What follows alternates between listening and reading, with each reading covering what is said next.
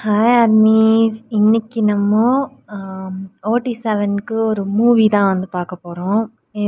இந்த மூவிக்கு வந்துட்டு எந்த ஒரு இன்ட்ரடக்ஷனும் இல்லை.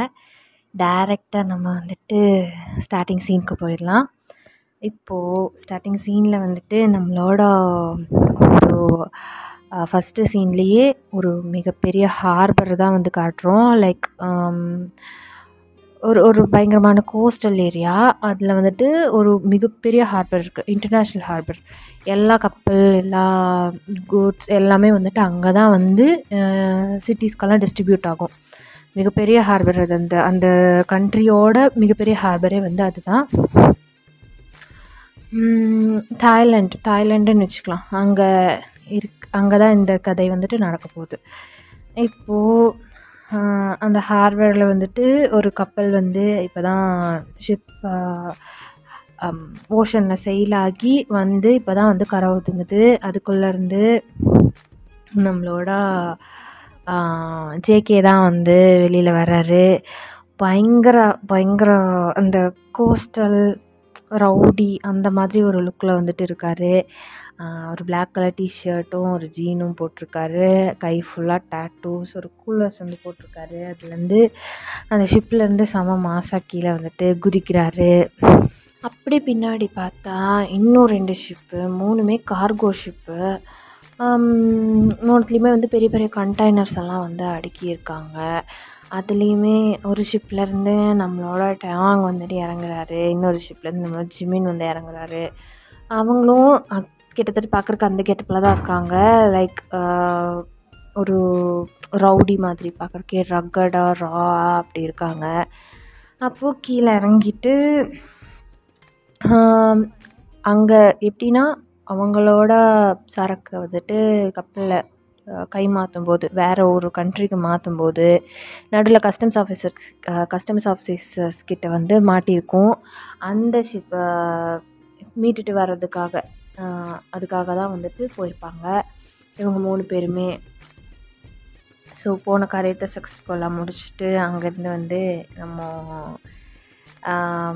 பாய்ஸ் வந்து 3 பேருமே வந்து நடந்து வந்துட்டு இருக்காங்க. ஸோ அப்படியே அந்த ஹார்பரை ஒட்டின ஒரு வீடு இருக்குது, ஒரு மிகப்பெரிய வீடு அது. அங்கே வந்து நம்மளோட சுகா தான் ஃபோனில் பேசிகிட்ருக்காரு. ஹலோ, யார் அப்படின்னு சொல்லி கேட்குறாரு. அப்போ அந்த சைடு இருந்தால் இவங்கக்கிட்ட ரியல் பண்ணின்ற ஒரு டீலர் வந்து பேசுகிறாரு. சுகா, உங்ககிட்ட நாங்கள் புக் பண்ணியிருந்த எந்த ஒரு சரக்கும் இன்னும் வந்து சேரலை.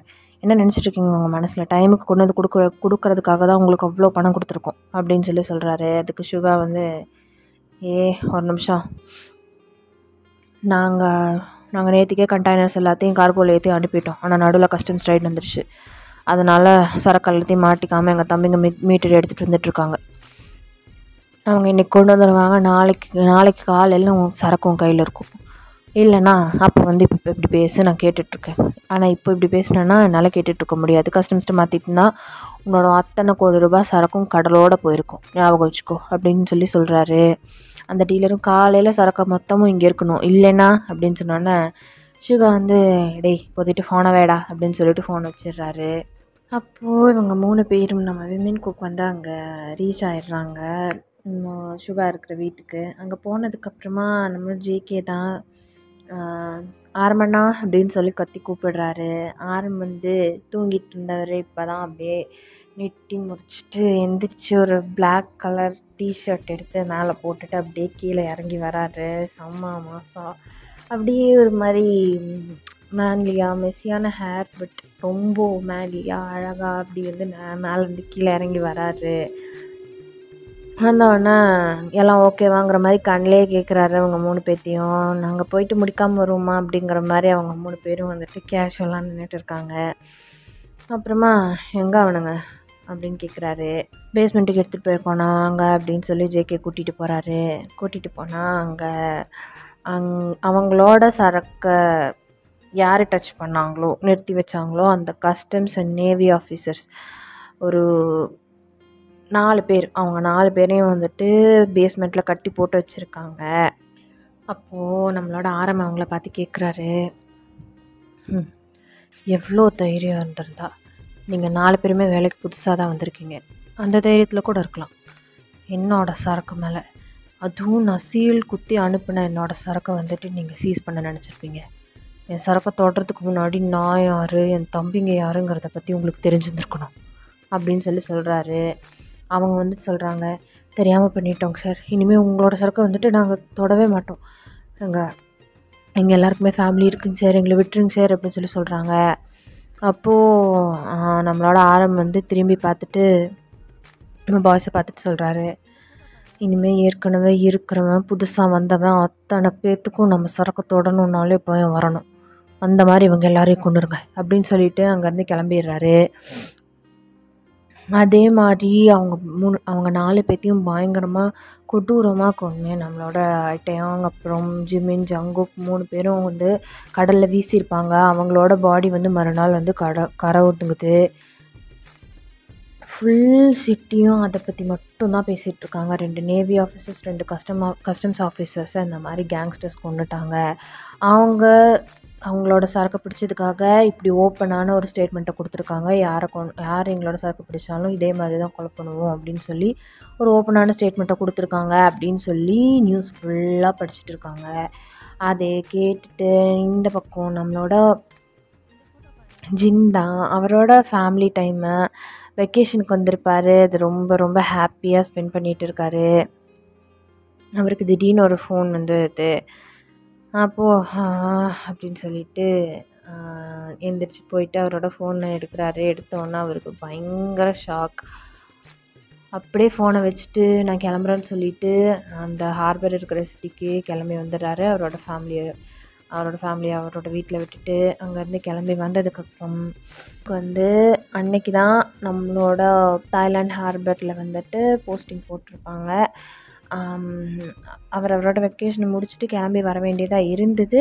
பட் என்னாச்சு அப்படின்னா, இப்படி ஒரு அவுட் பிரேக் ஆனதுனால, இப்படி ஒரு விஷயம் நடந்ததுனால அவரை சீக்கிரமாகவே வந்து சார்ஜ் எடுத்துக்க சொல்லிட்டாங்க. அவர் வந்து என்னென்னா டெப்யூட்டி கமிஷனர் ஆஃப் கஸ்டம்ஸ். அதனால் அவருக்கு வந்து இந்த மாதிரி விஷயங்கள பொறுப்பு ரொம்பவே ஜாஸ்தி. ஸோ அவரை வந்து கூப்பிட்டுட்டாங்க. அவரோட ஃபேமிலியை வந்துட்டு ஒரு சேஃபான அவரோட வீட்டில் வந்துட்டு விட்டுட்டு அங்கேருந்து கிளம்பி இப்போ வந்து நம்மளோட தாய்லாந்து ஹார்பர் இருக்கிற அந்த சிட்டியில் வந்து டெப்யூட்டி கமிஷனராக வந்து சார்ஜ் எடுத்துக்கிட்டதுக்கப்புறமா என்ன ஆகுது அப்படின்னா, அங்கே இருக்கிற ரொம்ப எக்ஸ்பீரியன்ஸ் இருக்கிறவங்க இருப்பாங்க இல்லையா, அந்த மாதிரி இருக்கிற ஒருத்தர்கிட்ட வந்துட்டு அவர் கேட்டு தெரிஞ்சுக்கிறாரு. இந்த சிட்டியில் ஆக்சுவலி என்ன நடந்துகிட்டு இருக்குது, என்ன ஸ்டேட்டஸ் அப்படிங்கிறத வந்து கேட்குறாரு. கேட்டவொன்னே அங்கே இருக்கிற ஒரு கஸ்டம்ஸ் ஆஃபீஸர் வந்து சொல்ல ஆரம்பிக்கிறாரு,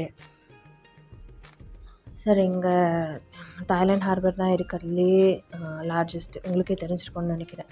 இங்கேருந்து தான் மொத்த கூட்ஸ் அப்புறம் கார்கோஸ் மற்ற எல்லா மெட்டீரியல்ஸும் மொத்த சிட்டிக்கும் மொத்த கண்ட்ரிக்குமே இங்கேருந்து தான் வந்து ஷிப் ஆகுது. பட் இங்கே அது மட்டும் நடக்கலை. நிறைய இல்லீகல் ஸ்டஃப்ஸ், கன்ஸ், ட்ரக்ஸ் அப்புறம் ஆன்டி நேஷ்னல் சுப்பீரியர் பவர்ஸ்க்கு இங்கேருந்து தான் எக்ஸ்ப்ளோசிவ் கூட சப்ளை ஆகிட்டுருக்கு. ஆனால் இங்கே இருக்கிற இத்தனையும் பண்ணிகிட்டு இருக்கிறது ஒரே ஒரு கேங்கா அப்படின்னு சொல்லி கேட்குறாரு. கேட்டான்னா ஆமாம் அப்படின்னு சொல்லிட்டு அவர் வந்து சொல்ல ஆரம்பிக்கிறாரு. ஆரம் அண்ட் சுகா லீடர்ஸ், அவங்க 2 பேரும் தான் இங்கே இருக்கிற அத்தனைக்கும் மாஸ்டர் மைண்ட்.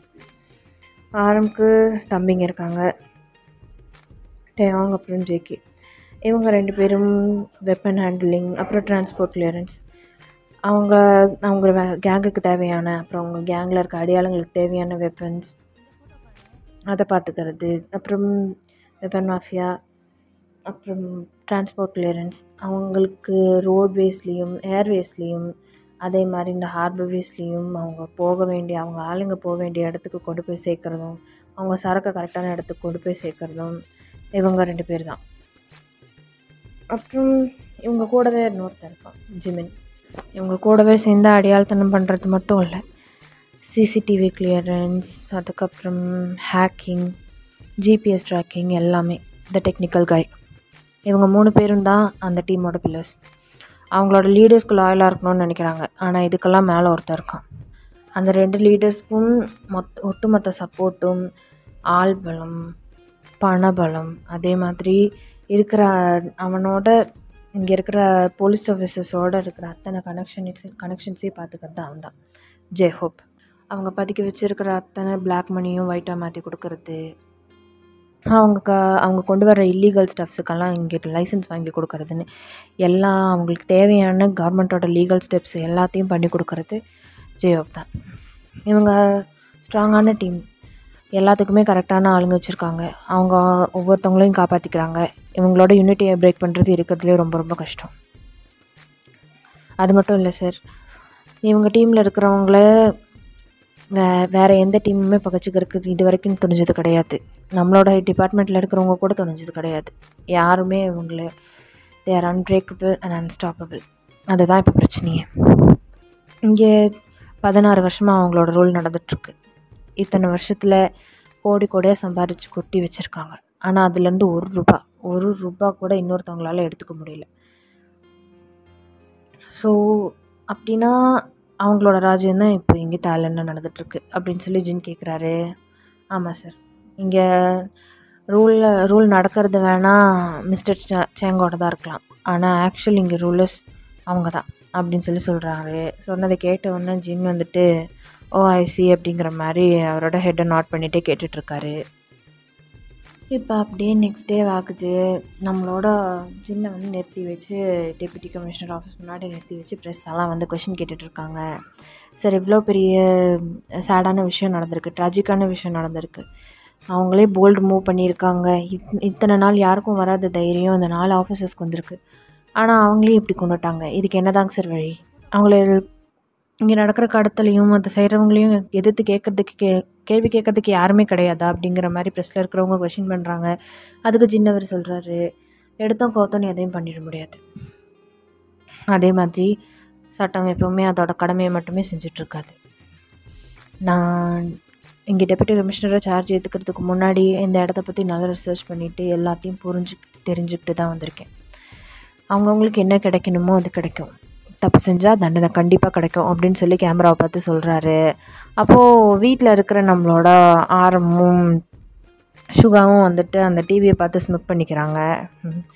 என்ன கழட்டுறான்னு பார்க்கலாம் அப்படிங்கிற மாதிரி ஒரு மாதிரி நக்கலாக வந்து 2 பேரும் மூஞ்சி பார்த்து சிரிச்சுக்கிறாங்க. இப்போது டைம் ஸ்கிப்ஸ் என்ன ஆகுது அப்படின்னா, அந்த சிட்டியில் வந்து ஸ்டூடெண்ட்ஸ் எல்லாருமே வந்து ப்ரொட்டஸ்ட் பண்ணிகிட்டு இருக்காங்க. எதை எதிர்த்துனா அந்த ஏரியாவோட மினிஸ்டர், அவர் பேர் வந்து சாங்.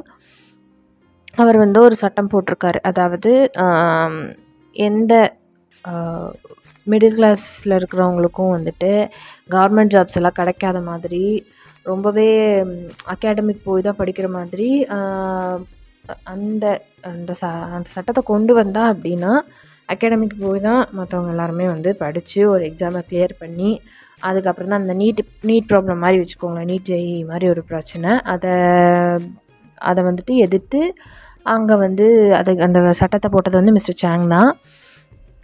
அவரை எதிர்த்து அந்த சட்டத்தை எதிர்த்து அங்கே இருக்கிற ஸ்டூடெண்ட்ஸ் எல்லாம் வந்து ப்ரொட்டஸ்ட் பண்ணிகிட்டு இருக்காங்க. இது வந்து எலெக்ஷன் டைம். இந்த ப்ரொட்டஸ்ட் வந்து ஒரு சைடு போயிட்டுருக்க, அந்த மிஸ்டர் சாங் இருக்கார் இல்லையா, அவரோட கார் வந்து நம்மளோட தாய்லாண்ட் ஹார்பரை நோக்கி வருது. நம்மளோட ஆரம் வீட்டை நோக்கி வந்துட்டுருக்கு. அவரோட கார்லேருந்து ஒரு பெரிய கார், லக்ஸூரியஸான கார், அதுலேருந்து இறங்கி நம்மளோட ஆரம் வீட்டை நோக்கி தான் நடந்து வர்றாரு. வெளில வந்தோன்னே நம்மளோட டேங் வந்து ஆரம்பண்ணா சுகானா அப்படின்னு சொல்லி கூப்பிட்டோன்னா 2 பேரும் வந்து கீழே இறங்கி வராங்க. வந்தோன்னா நம்மளோட சாங் வந்து அவங்கக்கிட்ட ஒரு விஷயம் பேசணும் அப்படின்னு சொல்லி சொல்கிறாரு. வாவ், நீங்கள் எங்களை தேடி வந்திருக்கீங்களா? அவ்வளோ சீக்கிரம் மிஸ்டர் சாங் எங்களை தான் தேடி வர மாட்டிங்களே, ஏதோ பெரிய விஷயமா இருக்கும் போல் அப்படின்னு சொல்லி கேட்குறாரு ஆரம். அதுக்கு வந்து வேற என்னவா இருக்கும், இந்த எலெக்ஷனுக்கு இவன் ஏதாவது பொறுக்கித்தனமாக ஏதாவது ஒன்று பண்ணுவான், அதுக்கு நம்மளோட துணையை கேட்டு வந்திருக்கான் அப்படின்னு சொல்லி சுகா வந்து சொல்கிறாரு. மேபி அப்படி கூட இருக்கலாம் அப்படின்னு சொல்லி மிஸ்டர் சாங் வந்துட்டு ஸ்மோக் பண்ணிகிட்டே சொல்கிறாரு. 3 பேரும் வந்து இப்போ அவங்களோட லானில் உட்காந்து பேசிகிட்டு இருக்காங்க. ஒரு டெரஸ் மாதிரி ஒரு ஏரியா, அதில் உட்காந்து பேசிகிட்டு இருக்காங்க. நம்மளோட விமீன் குக் வந்து சுகாக்கும் ஆரம்க்கும் பின்னாடி நிற்கிறாங்க. நான் உங்கள் 2 பேர்த்துக்கிட்டே தான் பேச வந்தேன் அப்படின்னு சொல்லி சாங் சொல்கிறாரு. அவங்க என் தம்பிங்க இங்கே தான் இருப்பாங்க அப்படின்னு சொல்லி நம்மளோட ஆரம் வந்து சொல்லிடுறாரு. அப்போ மிஸ்டர் சாங் கூட வந்திருக்கிற அவரோட மருமக தங்கச்சி பையன் அவன் வந்துட்டு மெக் அவன் வந்து என்ன பண்ணுறான் அப்படின்னா சொல்கிறான், நாங்கள் பேச வந்தது ஹெட்ஸ் கிட்ட, இங்கே இருக்கிற லீடர்ஸ் யாரோ அவங்க கிட்ட மட்டும் தான் நாங்கள் பேச வந்திருக்கோம். இவங்க கிட்டலாம் நான் பேசணுங்கிற அவசியம் கிடையாது. நாளை பின்ன ஏதாவது லீக் ஆகிடுச்சுன்னா, இல்லை இந்த விஷயத்த பண்ணது நாங்கள் தாங்கிறது வேறு யாருக்காவது தெரிஞ்சிச்சுன்னா அப்படின்னு சொல்லி சொல்கிறான். அப்போது நம்ம சொல்கிறாரு, உனக்கு அவ்வளோ அக்கறை இருந்ததுன்னா நீ வேறு யார்கிட்டயாவது யாரை நீ பெரிய லீடர்னு நினைக்கிறியோ அவங்கக்கிட்டே போக வேண்டியதானே, எதுக்கு எங்ககிட்ட வந்த அப்படின்னு சொல்லிட்டு கேட்குறாரு. அப்போது மெக் வந்து சொல்கிறான், உங்கள் அண்ணங்க இருக்கும்போது நீ ஏன் பேசுகிற, நான் பேச வந்தது உங்கள் அண்ணங்கிட்ட அப்படின்னு சொல்லி சொல்கிறான். இப்போது நாங்களும் தான் பேசுவோம், அவங்க சொல்கிற ஒர்க்கை செஞ்சு முடிக்கிறது நாங்கள் தான் அப்படிங்கிற மாதிரி சொல்கிறாரு. இப்படியே பேசிகிட்டே இருக்காங்க, ஆர்கியூமெண்ட் வந்து பெருசாகுது. அப்போது மிஸ்டர் சான் வந்துட்டு அமைதியார் அப்படிங்கிற மாதிரி மேக்கப் பிடிச்சி கம் பண்ணுறாரு. ஆரம்பம் பின்னாடி திரும்பி பார்க்குறாரு, 3 பேர் பேசாமல் வந்துட்டாங்க. அப்போ ஆரம்பம் வந்து சொல்ல ஆரம்பிக்கிறாரு, எங்கள் டீமுக்குள்ளே எந்த ஒளிவு மறைவும் கிடையாது, நாங்கள் எல்லாருமே ஒரே டீம் தான், இவங்க எங்கள் தம்பிங்க தான், நீங்கள் என்ன பேசணுன்னாலும் அவங்க முன்னாடி தான் பேசணும் அப்படிங்கிற மாதிரி ஆரம்பம் சொல்கிறாரு. சரின்னு சொல்லிட்டு சான் வந்து சொல்ல ஆரம்பிக்கிறாரு, உனக்கே தெரியும் ஆரம், இது எலெக்ஷன் டைம், எனக்கு எதிராக நிறைய போராட்டமும் போயிட்டுருக்கு. இந்த எலெக்ஷனில் நான் ஜெயிக்கணுன்னா இந்த போராட்டத்தை வந்துட்டு ஸ்டூடெண்ட்ஸ் கைவிடணும். அவங்க மேலே இப்போ நான் போலீஸ் ஏவி விட்டு நீங்கள் போராட்டம் பண்ணக்கூடாது அப்படின்னு சொல்லி நான் அவங்கள அடித்து உதச்சி இந்த போராட்டத்தை கலைச்சேன் அப்படின்னா கண்டிப்பாக எனக்கு ஓட்டு போயிடும், என்னோடய பேரும் கெட்டு போயிடும், இப்போ இருக்கிற ஆட்சியும் என் கையை விட்டு போயிடும். அதே மாதிரி இனிமேலும் என் ஒரு நாய் எனக்கு ஓட்டு போடாது. அதனால் நீங்கள் இந்த போராட்டத்தை கலைக்கணும், நான் தான் இதை பண்ணேன்னு சொல்லி யாருக்கும் தெரியக்கூடாது அப்படின்னு சொல்லி சொல்கிறான். அப்போது நம்மளோட ஜேகே சொல்கிறாரு, ஆனால் நம்ம ஸ்டூடெண்ட்ஸ் மேலே கை வச்சோம் அப்படின்னா நமக்கு தான் பிரச்சனை, எப்போவுமே ஸ்டூடெண்ட்ஸ் கிட்டே வச்சுக்கூடாது அப்படின்னு சொல்லி ஜேகே சொல்கிறாரு. அப்போ ஆரம் வந்துட்டு கொஞ்ச நேரம் யோசிக்கிறாரு.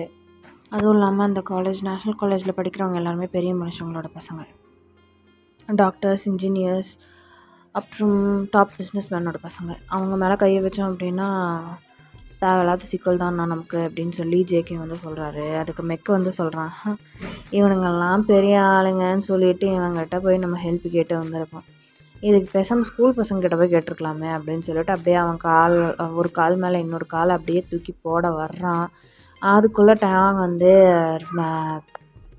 அவரோட ஹிப்பு பக்கத்தில் வச்சுருந்த கன்னை எடுத்து பொட்டுன்னு கீழே சுடுறாரு. சுட்டுட்டு, மொத்த யாருக்கு பயம் இல்லை, யார் முன்னாடி நீ முதல்ல கால் மேலே கால் போட்டு உட்கார போகிறேன், இப்போ நீ அந்த காலை எடுக்கலைன்னு வச்சுக்கோயேன், காலோடு சேர்த்து அங்கேயும் சுட்டுருவேன் அப்படின்னு சொல்கிறாரு. சொன்ன ஒன்று வந்துட்டு நம்மளோட ஜேகேவும் ஜிம்மினும் வந்துட்டு சொல்லி சிரிக்கிறாங்க.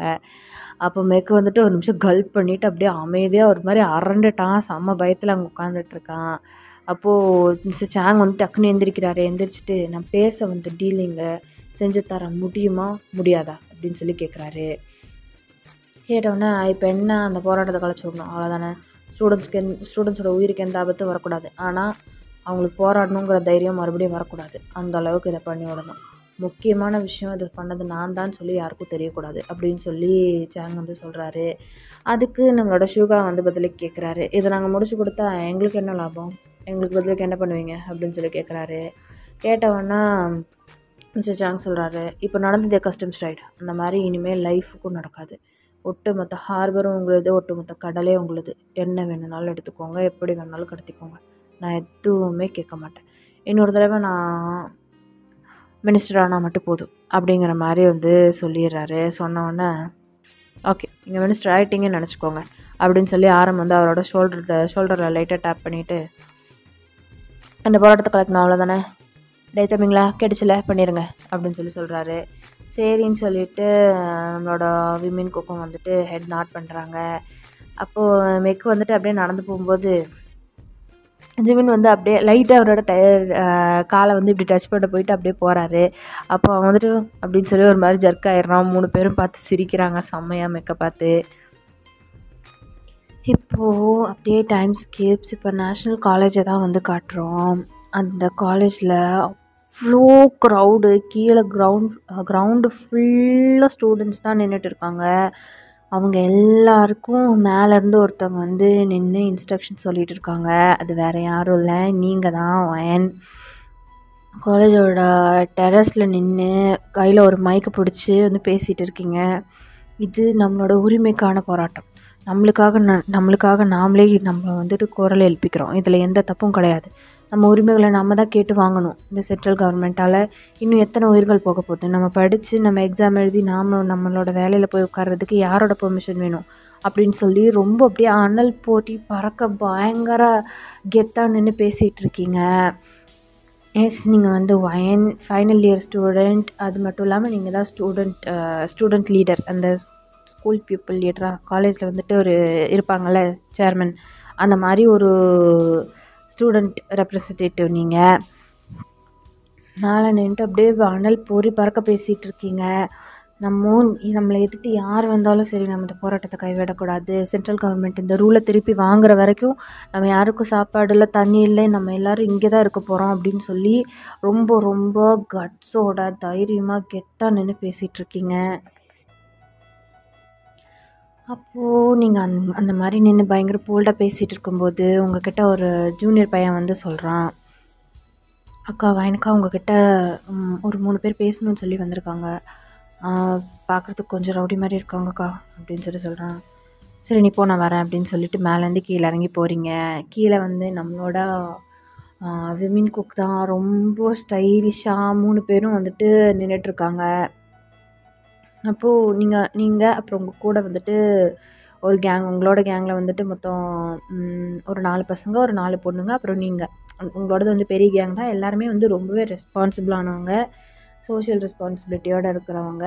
இந்த காலேஜுக்கு இங்கே இருக்கிற ஸ்டூடெண்ட்ஸுக்கு என்னென்ன நல்லது பண்ணணும் அப்படின்னு சொல்லிட்டு யோசிக்கிற மாதிரி ரொம்பவே மெச்சூரான, பயங்கர எப்படி சொல்கிறது, ரெஸ்பான்சிபிளான அவங்க தான் நீங்களும் உங்களோட ஃப்ரெண்ட்ஸுமே. அப்போ நீங்கள் எல்லாருமே வந்துட்டு அப்படியே நடந்து போகிறீங்க. நீங்கள் தான் நடுவில் போகிறீங்க. நடந்து போயிட்டுருக்கும்போது நம்மளோட வீடா பேச ஆரம்பிக்கிறாரு. இங்கே யார் வயன், இதில் வயனுங்கிறது யார் அப்படின்னு சொல்லி கேட்குறாரு.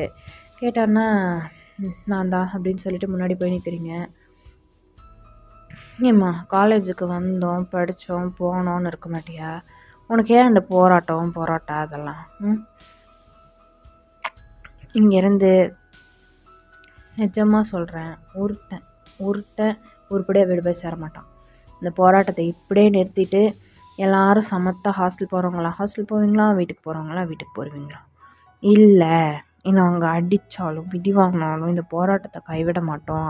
இதுன்னு எத்தனா பண்ணிகிட்டு இருந்தீங்க. நாளைக்கு இவங்கள எதுவும் பண்ண மாட்டேன். நாளைக்கு நீ தான் கேஷுவலாக ரோட்டில் போயிட்டுருக்கும்போது கேஷுவலாக ஒரு லாரி வந்து ஒன்று அடித்து தூக்கலாம். இல்லை நீ கேஷுவலாக கோயிலுக்கு போயிட்டு வந்துட்டுருக்கும்போது ஒன்று 4 பேர் கடத்திட்டு போய் கழுத்தறுத்து போடலாம்.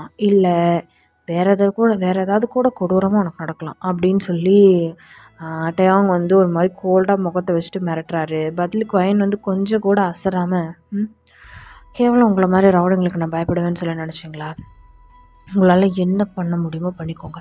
இந்த போராட்டத்தை நிறுத்த முடியாது. ஸ்டூடெண்ட்ஸ் மேலே அடித்தடி அது இதுன்னு எதனா ஒன்று பண்ணிங்க அப்படின்னா நான் ஹியூமன் ரைட்ஸ் கமிஷன் கிட்டே போய் உங்கள் மேலே கேஸ் கொடுப்பேன். கண்டிப்பாக நீங்கள் யாராக இருந்தாலும் நான் உங்கள் மேலே கேஸ் போடுவேன். அப்படின்னு சொன்னோடனே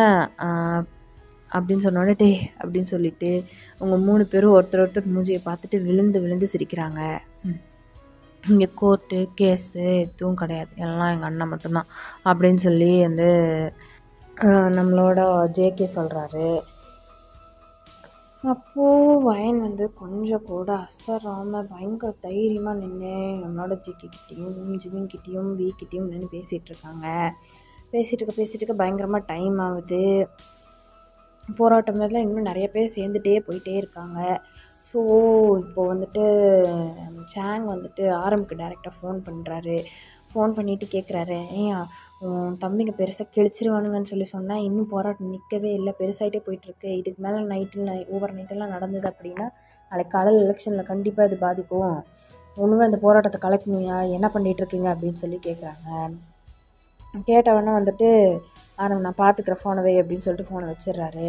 வச்சுட்டு நம்மளோட ஜேகேக்கு தான் கால் பண்ணுறாரு. என்னடா பண்ணிட்டு இருக்கீங்க 3 பேரும் அங்கே, இந்த மயிரை பிடுங்கிட்டு இருக்கீங்க, ஒரு வேலை ஒழுங்காக செய்ய தெரியாது அப்படின்னு சொல்லி கேட்குறாரு. கேட்டவுடனே இங்கே ஒரு பொண்ணுண்ணா, அந்த பொண்ணு தான் எல்லாரையும் லீட் பண்ணிகிட்ருக்கா, அவகிட்ட பேசி எப்படியாவது டிசால்வ் பண்ணிடலான்னு பார்த்தா ஓவராக சீனை போட்டுட்ருக்கா, அந்த ஆள் வேறு யாரையும் கொல்லக்கூடாதுன்னு வேறு சொல்லிட்டான், இல்லைனா இவளை இங்கேயும் அறுத்து போட்டுறவா அப்படிங்கிறான். சொன்னவுடனே இல்லை யாரையும் கொண்டுட்டா அந்த ஆளோட எலெக்ஷனில் வேறு பிரச்சனைன்னு சொல்லி சொன்னான். சரி இரு நானே வரேன் அப்படின்னு சொல்லிட்டு ஆரம் நேரம் கிளம்பி வராரு. கிளம்பி வந்தால் நம்மளோட அயன் வந்து அவ்வளோ பியூட்டிஃபுல், பட் எவ்வளோ பியூட்டிஃபுல்லாக அதை விட ரொம்ப ரொம்ப டேரிங், அவ்வளோ தைரியசாலி. அப்போது அவங்க 3 பேர்த்துக்கிட்ட கொஞ்சம் கூட அசராமல் நின்று பதில் சொல்லிகிட்டு இருக்கா. என்னடா பண்ணுவீங்க பெரியவங்களா நீங்கள் அப்படிங்கிற மாதிரி ரொம்ப ரொம்ப தைரியமாக பேசிகிட்டு இருக்கா. அவள் பேசிட்டு கையை நீட்டி நீட்டி பேசிகிட்டு இருக்கா.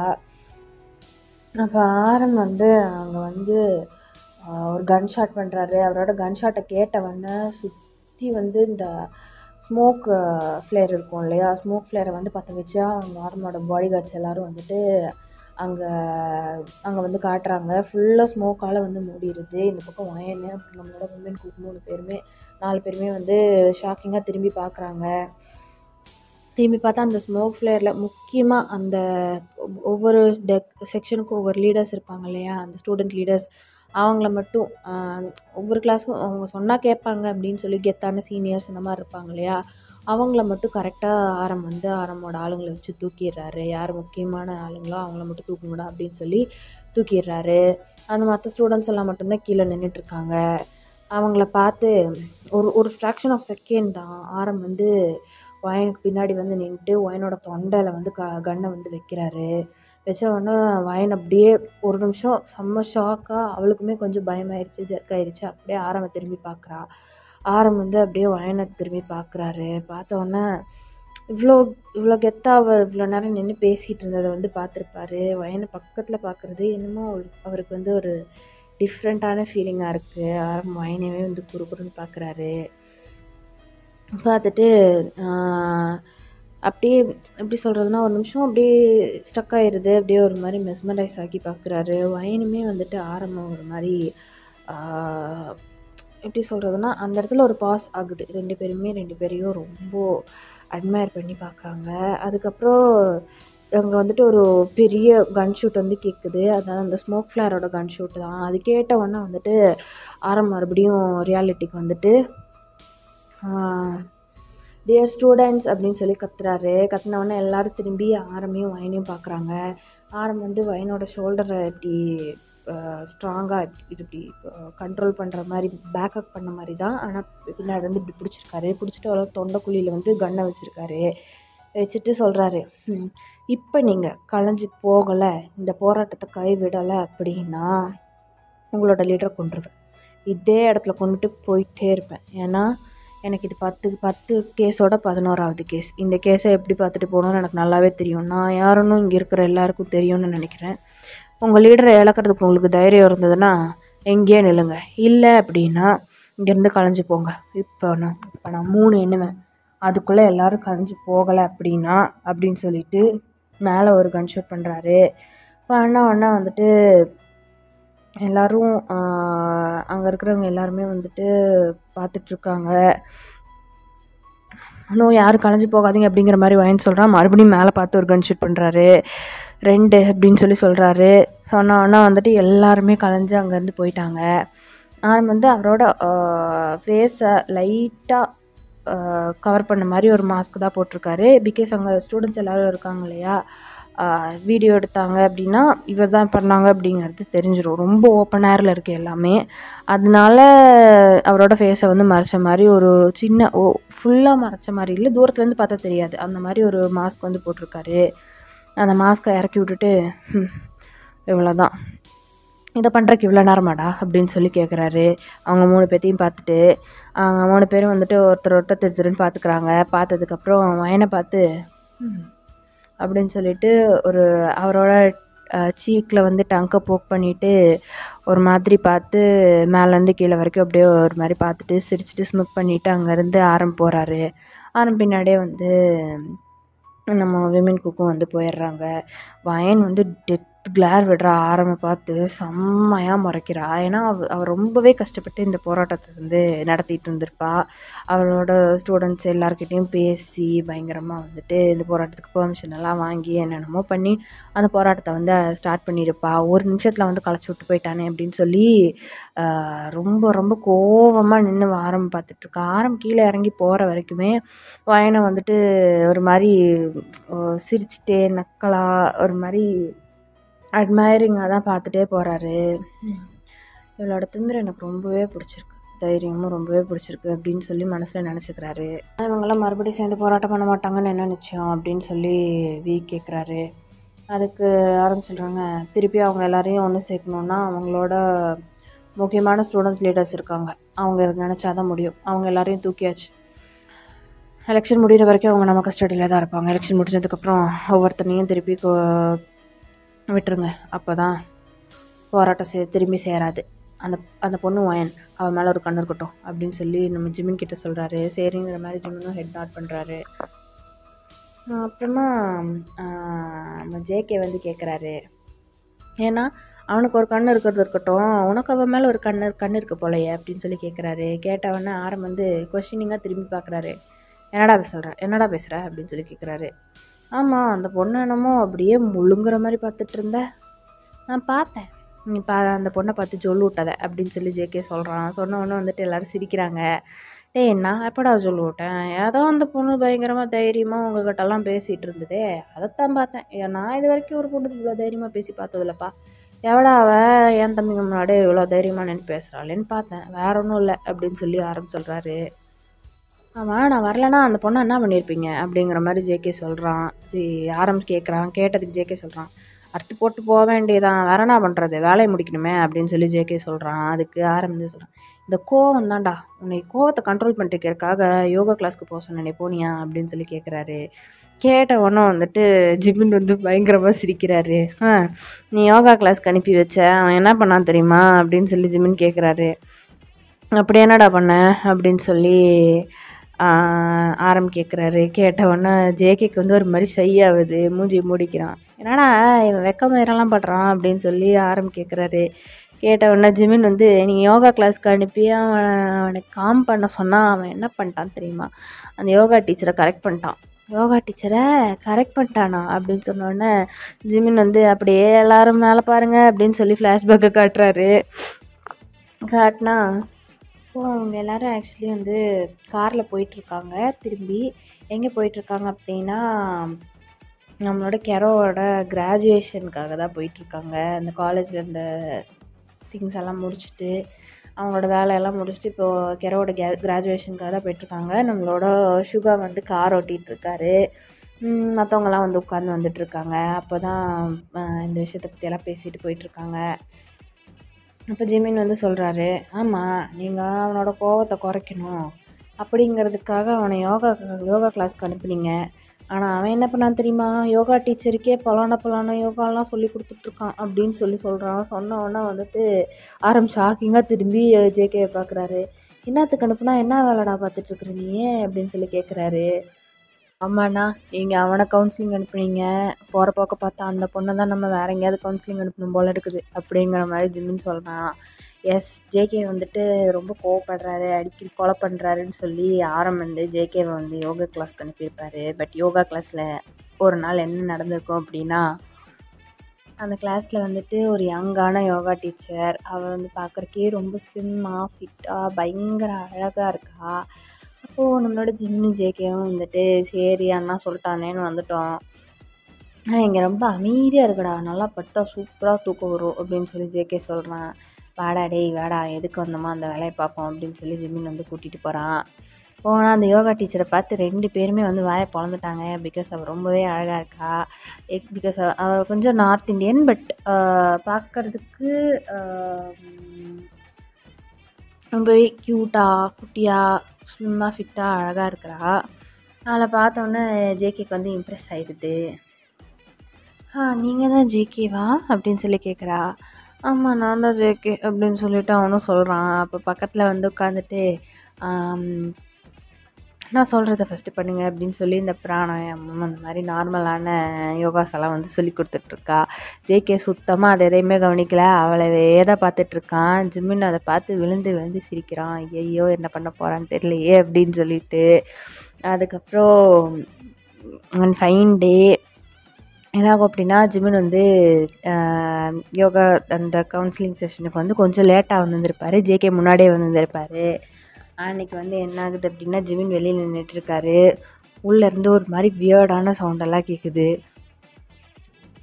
அப்போது அந்த பொண்ணு தான், மூச்சு நல்லா இழுங்க, பிடிச்சிக்கோங்க, இப்போ விடுங்க அப்படின்னு சொல்லி ரொம்ப பொறுமையாக ஜேகே கிட்ட சொல்லி கொடுத்துட்ருக்கா. ஜேகே வந்து சரி சரிங்கிற மாதிரி ரொம்ப எப்படி சொல்கிறது, டாலரேட் பண்ணிகிட்ருக்கான் அது எல்லாத்தையும். அப்போது இப்போ உங்களோட கோவம் குறைஞ்சிருச்சா அப்படின்னு சொல்லி அந்த பொண்ணு கேட்குறா.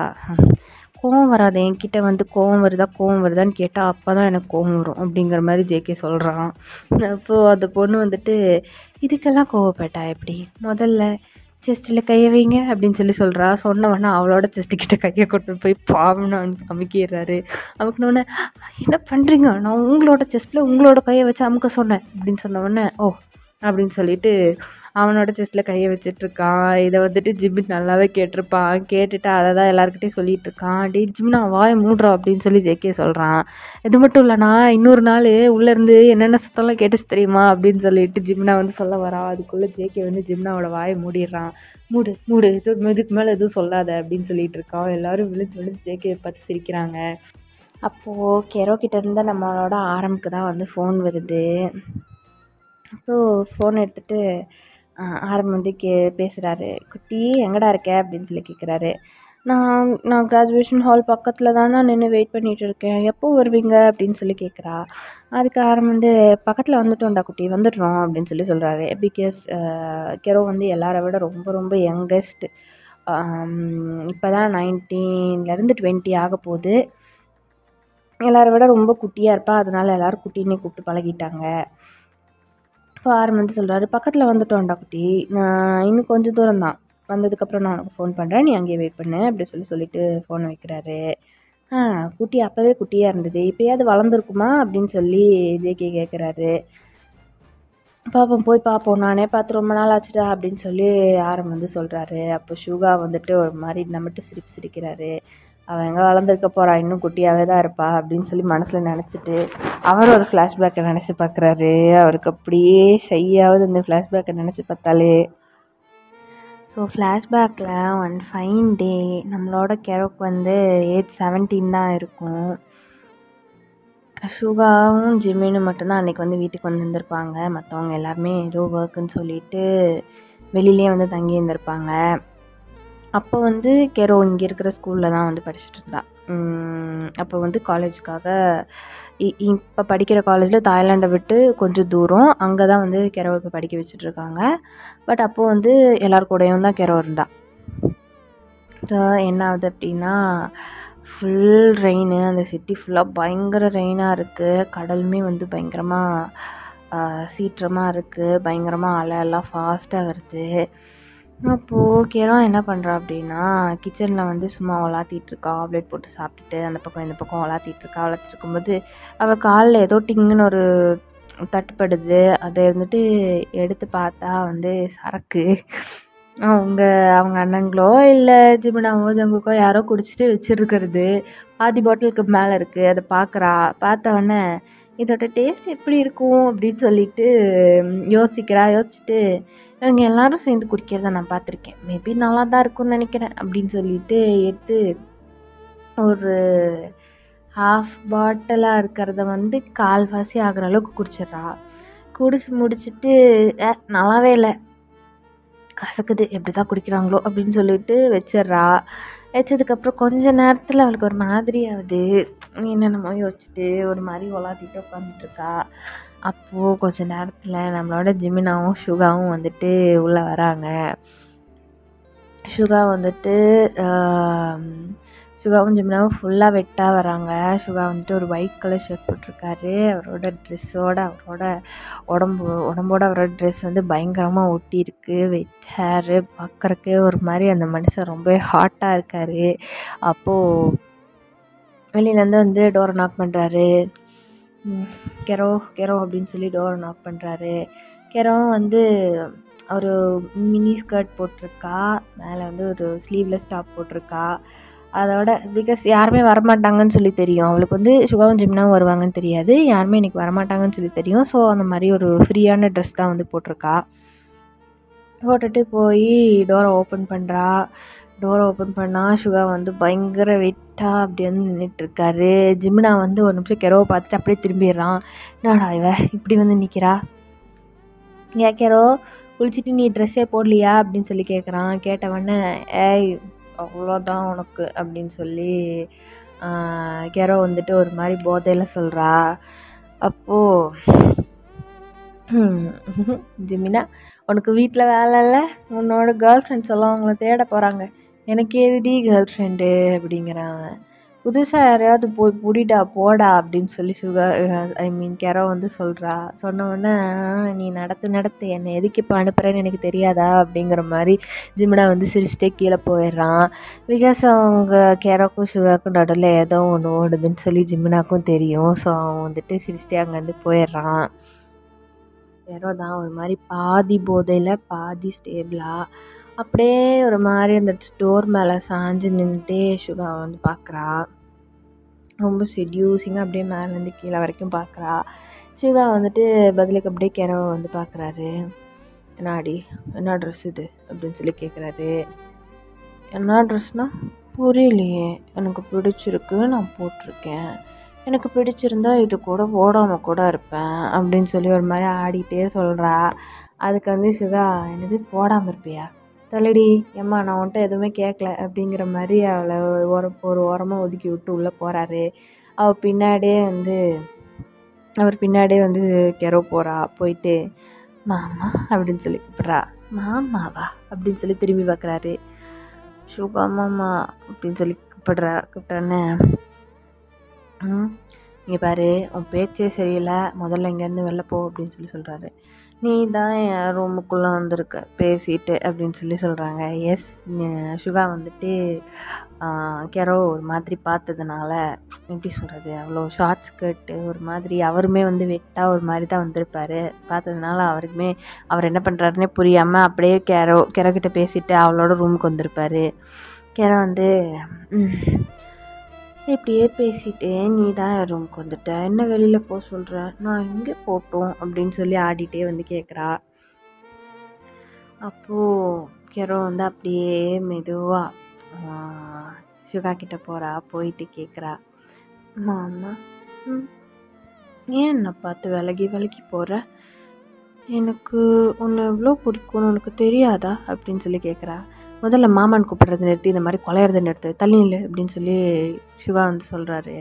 உங்கள் அண்ணன் இது வந்துட போகிறான் அப்படின்னு சொல்லி சொல்கிறாரு.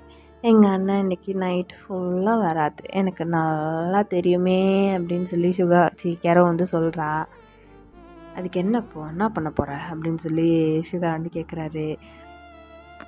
என்ன பண்ண போகிறையா அப்படின்னு சொல்லிட்டு சுகா வந்துட்டு அங்கே இருக்கிற சோஃபா மேலே அப்படியே தள்ளி விடுறா. கெரோ தள்ளி விட்டுட்டு நல்லா பைக் மேலே புல்லட் மேலே ஏறி உட்கார்ற மாதிரி அப்படியே சுகா மேலே டபுள் சைடு கால் போட்டு பயங்கரமாக அப்படியே அவங்க 2 பேரோட சென்சிட்டிவ் பார்ட்டும் அப்படியே டச் ஆகுற மாதிரி நல்லா போய் மேலே ஏறி உட்கார்றா.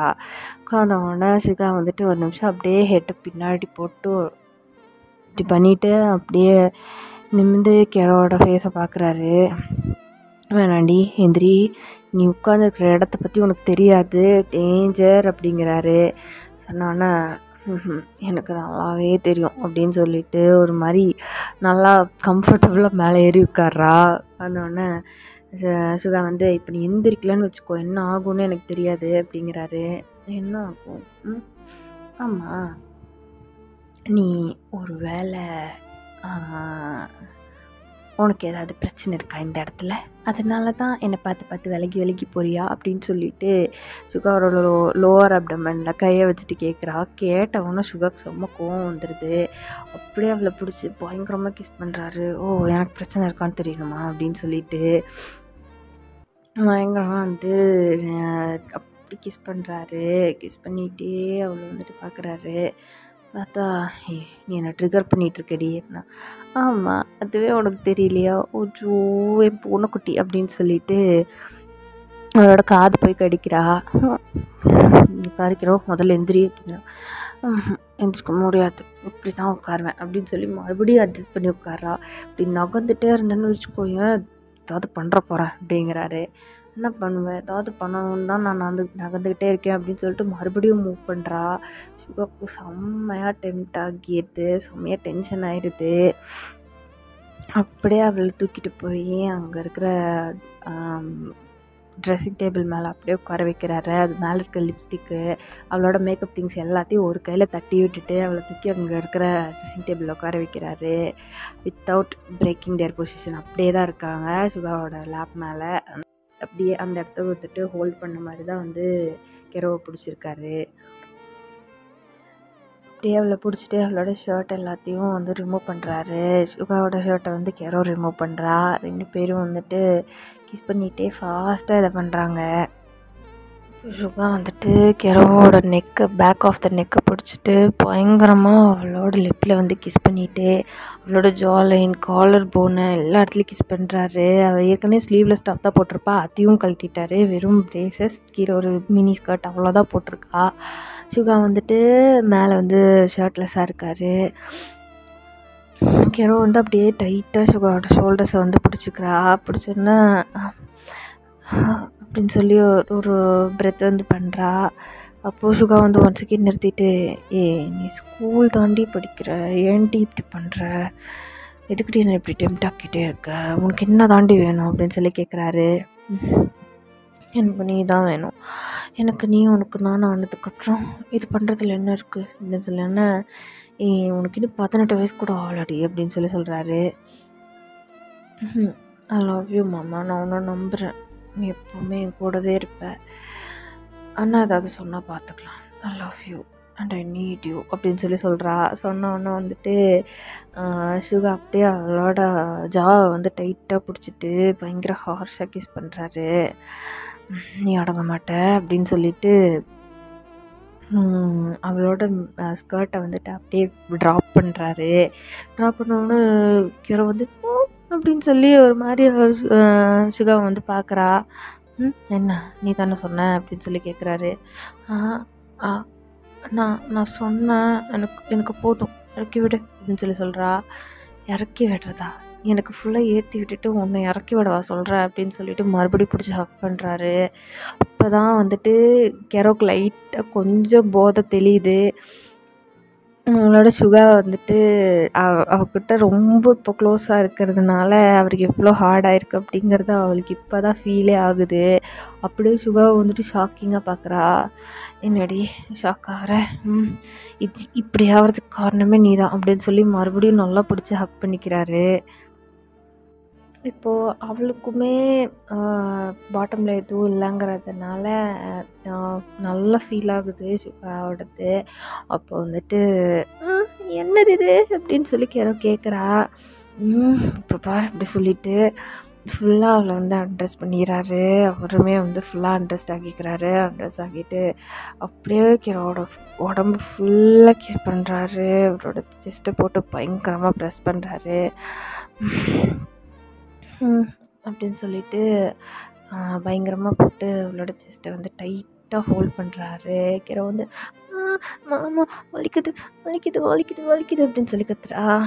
நல்லா வலிக்கட்டும், இதெல்லாம் டெம்ட் ஆக்கிறதுக்கு முன்னாடி யோசிச்சிருக்கணும் அப்படின்னு சொல்லிட்டு பயங்கரமாக அந்த இடத்தெல்லாம் போட்டு சப் பண்ணுறாரு, கிஸ் பண்ணுறாரு. அப்புறம் கழுத்துலலாம் வந்து ஹிக்கி பண்ணுறாரு.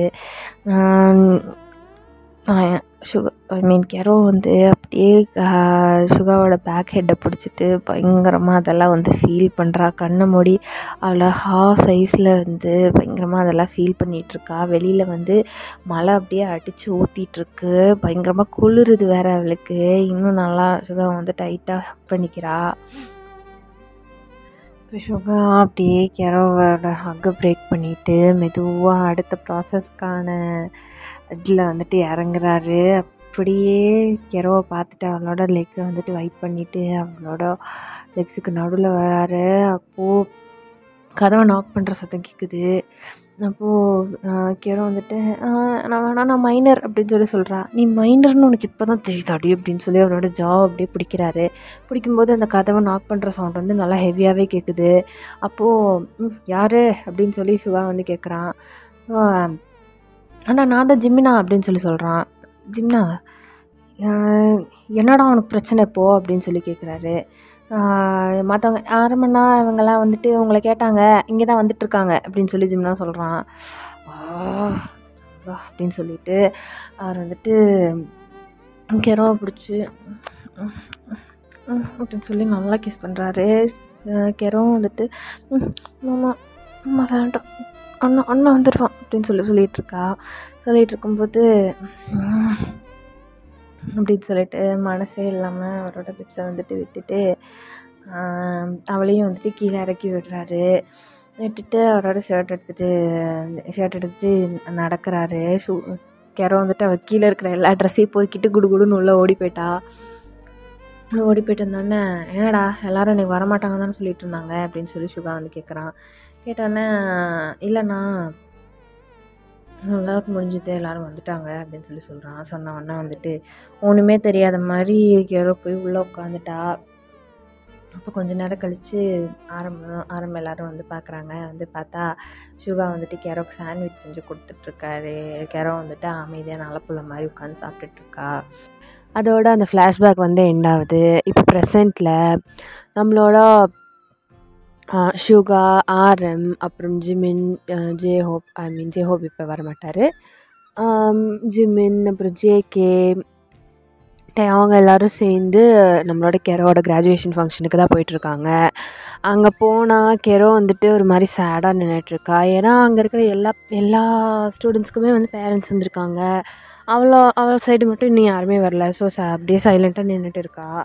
அப்போது நம்மளோட ஆரம் வந்து குட்டி அப்படின்னு சொல்லி கூப்பிட்றாரு. கூப்பிட்டோன்னே வந்துட்டு அப்படியே எக்ஸைட்டடாக திரும்பி பார்த்தா எல்லாருமே வந்துட்டாங்க. அப்போ குடுகுடுன்னு வந்து ஆரம்பிக்கிட்ட வந்துட்டு அண்ணா எவ்வளோ லேட்டாக வரீங்க, எல்லாருக்குமே அவங்களோட பேரண்ட்ஸ் முன்னாடியே வந்துட்டாங்க தெரியுமா, நான் மட்டும்தான் இங்கே தனியாக நின்றுட்டுருக்கேன் அப்படின்னு சொல்கிறா. சொன்னோடனே ஆரமும் அவங்க வந்து சொல்கிறாங்க, வழியில் சின்ன வேலை குட்டி அதனால வர முடியல, இதான் இப்போ வந்துட்டோம்ல வா போகலாம் அப்படின்னு சொல்லிட்டு உள்ளே கூட்டிகிட்டு போகிறாங்க. அப்போது கெரோ வந்துட்டு அவங்கள மட்டுமே பார்த்து பேசிகிட்டு இருக்கா. சுகாவை கண்டுக்கவே இல்லை. அப்போ சுகா வந்துட்டு ஒரு மாதிரி கொஸ்டினிங்காக கெரோவை பார்த்துட்டே போயிட்டுருக்காரு.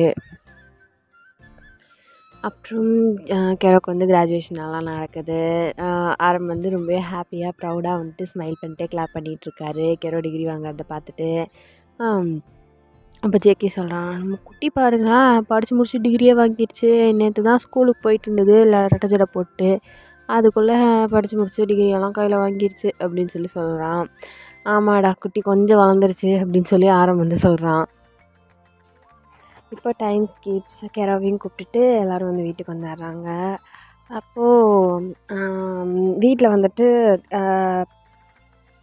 ஒரு இன்ஃபார்மர் இருக்கான். யாருன்னா வந்துட்டு கெரோ இருக்கிற சைடு அந்த ஏரியாவில் வந்துட்டு இவங்களுக்கு என்னென்ன இன்ஃபர்மேஷனெல்லாம் தேவையோ அதை கொடுக்குற ஒரு இன்ஃபார்மர். அவன்கிட்ட வந்து இவங்க சொல்லியிருப்பாங்க என்னென்னா, கெரோ வந்து அடிக்கடி பார்த்துக்கோ, அவளுக்கு எதுனா பிரச்சனை இருக்காங்கிறத நேரில் நீ வந்துட்டு அப்பப்போ போய் பார்த்துக்கோ அப்படின்னு சொல்லியிருந்திருப்பாங்க. அதை அவன் வந்துட்டு அவன் பேர் வந்து காய் கொஞ்சம் அட்வான்டேஜ் எடுத்துக்குவான். கெரோவை வந்து லைட்டாக டீஸ் பண்ணிகிட்டு இருப்பான், பேபின்னு கூப்பிடுவான் அப்பப்போ. அதனால் ஆனால் கெரோ அவனை மாரியாக கூட மதிக்க மாட்டான், அது வேறு விஷயம். பட் அவன் வந்துட்டு அடிக்கடி கெரோ வந்து டீஸ் பண்ணிகிட்டு இருப்பான். இது வந்துட்டு நம்ம யாருக்குமே வந்து தெரியாது. அப்போது என்ன ஆகுது அப்படின்னா, அவன் வந்து வீட்டுக்கு வரான். என்ன பாஸ் கிராஜுவேஷன் எல்லாம் முடிஞ்சுதா கெரோக்கு அப்படின்னு சொல்லி கேட்குறான். முடிஞ்சது அப்படின்னு சொல்லிட்டு ஆரம் வந்து அவன்கிட்டேருந்து இன்ஃபர்மேஷன் எல்லாம் கேட்டுட்ருக்காரு. அதுக்கப்புறமா என்ன ஆகுது அப்படின்னா, நம்ம கெரோ தான் வெளியில் நின்றுட்டுருக்கா. வெளியில் நின்று சுகாவே வந்து பார்த்துட்ருக்கா. பட் அவளும் இன்னும் பேசலை, சுகாவும் இன்னும் பேசலை. சுகா வந்துட்டு அவளை வந்து பேசணும்னு வெயிட் பண்ணிகிட்ருக்காரு. கெரோ வந்து அவனை வந்து பேசணும் அப்படின்னு சொல்லி வெயிட் பண்ணிகிட்ருக்கா. அப்போது என்ன ஆகுதுன்னா, இந்த காய்ங்கிறவன் இருக்கிறான்ல, அவன் வந்து தெரியாமல் பேசிகிட்டு இருக்கிற வாக்கில் பேபி நீ உன்னோட திங்ஸ் எல்லாம் ஹாஸ்டல்லேருந்து பேக் பண்ணி எடுத்துகிட்டு வந்துட்டியா அப்படின்னு சொல்லி கேட்குறான். கேட்ட உடனே சுகா அப்படியே ஷாக்கிங்காக திரும்பி அவனை பார்க்குறாரு. பார்த்துட்டு அவன் பக்கத்தில் போகிறாரு. இப்போ வந்துட்டு ஆக்சுவலி அவங்க யாரும் வந்துட்டு இந்த இடத்துல வந்துட்டு இல்லை, கொஞ்சம் தூரமாக இருக்காங்க. இப்போ என்ன ஆகுது அப்படின்னா சுகா வந்து பக்கத்தில் போகிறாரு. போயிட்டு காய்கறி கேட்குறாரு. இப்போ அவளை என்னன்னு சொல்லி கூப்பிட்டேன் அப்படின்னு சொல்லி கேட்குறாரு. கேட்கும்போது ஏதோ ஒன்று வித்தியாசமாக தெரியுது அப்படின்னு சொல்லி ஜங்குக்கு வந்து அந்த அந்த இடத்துக்கு வரான். வந்து பார்க்குறான். பார்த்தா சுகா வந்து மிரட்டிகிட்ருக்காரு காயை. இப்போ அவளை என்னன்னு சொல்லி கூப்பிட்டேன் அப்படின்னு சொல்லி கேட்குறாரு. இல்லை, நான் வந்து அவங்கள கிரவன் தான் கூப்பிட்டேன், என் காதில் வேறு என்னமோ கேட்டுச்சு அப்படின்னு சொல்கிறாரு. சொல்லிவிட்டு அவரோட ஷர்ட்டோட ஸ்லீவை வந்து அட்ஜஸ்ட் பண்ணுறாரு. இல்லை பாஸ், நான் வந்து அவங்கள கிரவன் தான் கூப்பிட்டேன் அப்படின்னு சொன்னேன். அப்படின்னாலுமே நீ அவளை கிரவன்லாம் சொல்லி கூப்பிடக்கூடாது அப்படின்னு சொல்கிறாரு. சொல்லிவிட்டு இப்போ நீயா சொல்கிறியா இல்லை அப்படின்னு சொல்லி கேட்குறாரு. அப்போ அவன் வந்துட்டு இல்லை தெரியாமல் பேப் அப்படின்னு சொல்ல வர்றதுக்கு முன்னாடி மூக்குலேயே ஒரு பெரிய பஞ்சு வச்சவன்னா வந்துட்டு அவன் அப்படியே பின்னாடி இருக்கிற செவத்தில் போய் முட்டி பவுன்ஸ் ஆகி மறுபடியும் சுகா முன்னாடி வந்து நிற்கிறான். அப்படியே அவன் கண்ணெல்லாம் சொருகுது, மூக்கில் வந்து பயங்கரமாக ப்ளீட் ஆகுது. ஜங்குக்கு வந்து நான் இன்ஃபார்மர்னா அவனை போய் கொண்டேன் அப்படின்னு சொல்கிறான். சத்துருக்க மாட்டான்டா, சீக்கிரமாக ஹாஸ்பிட்டல் கூப்பிட்டு போங்க, 5 நிமிஷத்தில் செத்துருவான் அப்படின்னு சொல்லி சுகா சொல்லிவிட்டு இப்படி அவனோட ஷர்ட்டை அப்படின்னு சொல்லிட்டு இழுத்து விட்டுட்டு உள்ளே போகிறான். கிரவுக்கு வந்து இதை பார்த்து எப்படி சொல்கிறது, ஒரே ஹாப்பி ஆகிடுச்சு. வேணும் நல்லா வேணும், ஆனால் அவனை என்ன பேபின்னு கூப்பிட்டுட்டு இருந்தால இப்போ கூப்பிடுவானா அப்படின்னு சொல்லிட்டு பார்த்துட்ருக்கா. அப்போ ஜங்குக்கு சுகா பார்த்து சிரிச்சுட்டே வந்து ஆரம்பிக்கிட்டு போகிறாரு. கேட்குறாரு, இன்ஃபார்மேருங்கிறா, அவனை வர சொல்லு அப்படிங்கிறாரு. அவனை அள்ளி போட்டு தூக்குறக்கு ஆம்புலன்ஸை தான் வர சொல்லணும் அப்படின்னு சொல்லி ஜேகே சொல்கிறான். என்னடாச்சு, ஒரே அடியில் போட்டான்னா அவனை இவன் அப்படின்னு சொல்கிறான் ஜேகே. என்னது, எதுக்குடா அவனை அடித்த, அவனா ஓர பேசிகிட்டே இருந்தான், எனக்கு பிடிக்கல அப்படின்னு சொல்லி சுகா வந்து சொல்கிறான். ஸோ அவனை வந்துட்டு ஐயோ எங்களை வச்சுட்டு அப்படின்னு சொல்லி அவனோட தலையிலே கை வைக்கிறாரு. இப்போது டைம் ஸ்கிப்ஸ் என்ன ஆகுது அப்படின்னா, டெவாங் வந்து ஒரு பார்ட்டிக்கு வந்து அரேஞ்ச் பண்ணுறாரு. அப்போது சுற்றி இருக்கிறவங்கெல்லாம் வந்துட்டு அவனோட ஃப்ரெண்ட்ஸ் எல்லாம் வந்து கேட்குறாங்க, என்னடா பார்ட்டி, என்னடா ஸ்பெஷல் அப்படின்னு சொல்லி கேட்டோன்னா, என்னோடய 16வது கேர்ள் ஃப்ரெண்டுக்கு இன்றைக்கி பர்த்டே அப்படின்னு சொல்கிறான். என்னது 16வது கேர்ள் ஃப்ரெண்டுக்கு பர்த்டேவா அப்படின்னு சொல்லிட்டு எல்லோரும் ஷாக்கிங் கேட்குறாங்க. இதில் என்ன இருக்குது, 16வது கேர்ள் ஃப்ரெண்டு, அவளுக்கு இப்போ பர்த்டே அப்படின்னு சொல்லி அவங்க வந்து சிரிச்சுட்டே சொல்கிறான். அப்போ ஜிம்மினும் ஜேகேவும் வந்துட்டு அவனை வியடாக பார்க்குறாங்க. தன்னை கேர்ள் ஃப்ரெண்ட் வச்சுருந்ததும் இல்லாமல் அது பெருமையாக வேறு எல்லாருக்கிட்டையும் சொல்லிட்டு இருக்கான் பாரு அப்படின்னு சொல்லிட்டு சொல்கிறாங்க. அதுக்கப்புறமா என்ன ஆகுது அப்படின்னா, லிட்ரலி அவங்களுக்கு வந்து 16 கேர்ள் ஃப்ரெண்ட்ஸ் இருக்காங்க. அவங்க எப்படின்னா சும்மா லைக் வருவாங்க போவாங்க, ஜஸ்ட் பாசிங் க்ளவுட்ஸ் அந்த மாதிரி தான்.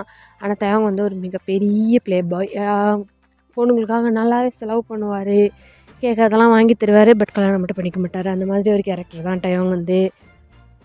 ஆக்சுவலி அது வந்து ஒரு சாக்கு. அது வந்து என்னென்னா சக்ஸஸ் பார்ட்டி, இனிமேல் அந்த ஹப்பே வந்துட்டு அவங்களோடது, இந்த ஹார்பரு அந்த சிட்டியை வந்துட்டு கிட்டத்தட்ட அவங்களோடது. ஏன்னா அந்த மிஸ்டர் ஷாங்ஸன் அடியில் வந்துட்டு முடிச்சு கொடுத்துட்டாங்க இல்லையா, அந்த போராட்டத்தை வந்து கலைச்சிட்டாங்க இல்லையா. ஸோ அதுக்கான சக்ஸஸ் பார்ட்டி தான். அவங்க வந்து சும்மா ஒரு ஃபன்னுக்காக அப்படி வந்து சொல்லியிருப்பார். ஆனால் ஆக்சுவலி அந்த பொண்ணு வந்துட்டு அந்த பார்ட்டிக்கு வந்திருப்பா. அவளோட பர்த்டேவும் வந்து அங்கே தான் நடக்குது. ரொம்பவே ஜாலியாக வந்துட்டு எல்லாருமே வந்து செலிப்ரேட் பண்ணிகிட்ருக்காங்க. அவங்க வந்து எல்லாருமே வந்து கிண்டல் பண்ணிகிட்டு இருக்காங்க. இவ்வளவாவது கல்யாணம் பண்ணிக்குவியா, கல்யாணம்னா எனக்கு ஸ்பெல்லிங் கூட தெரியாது அப்படிங்கிற மாதிரி அவனும் வந்து சொல்லிகிட்ருக்கான்.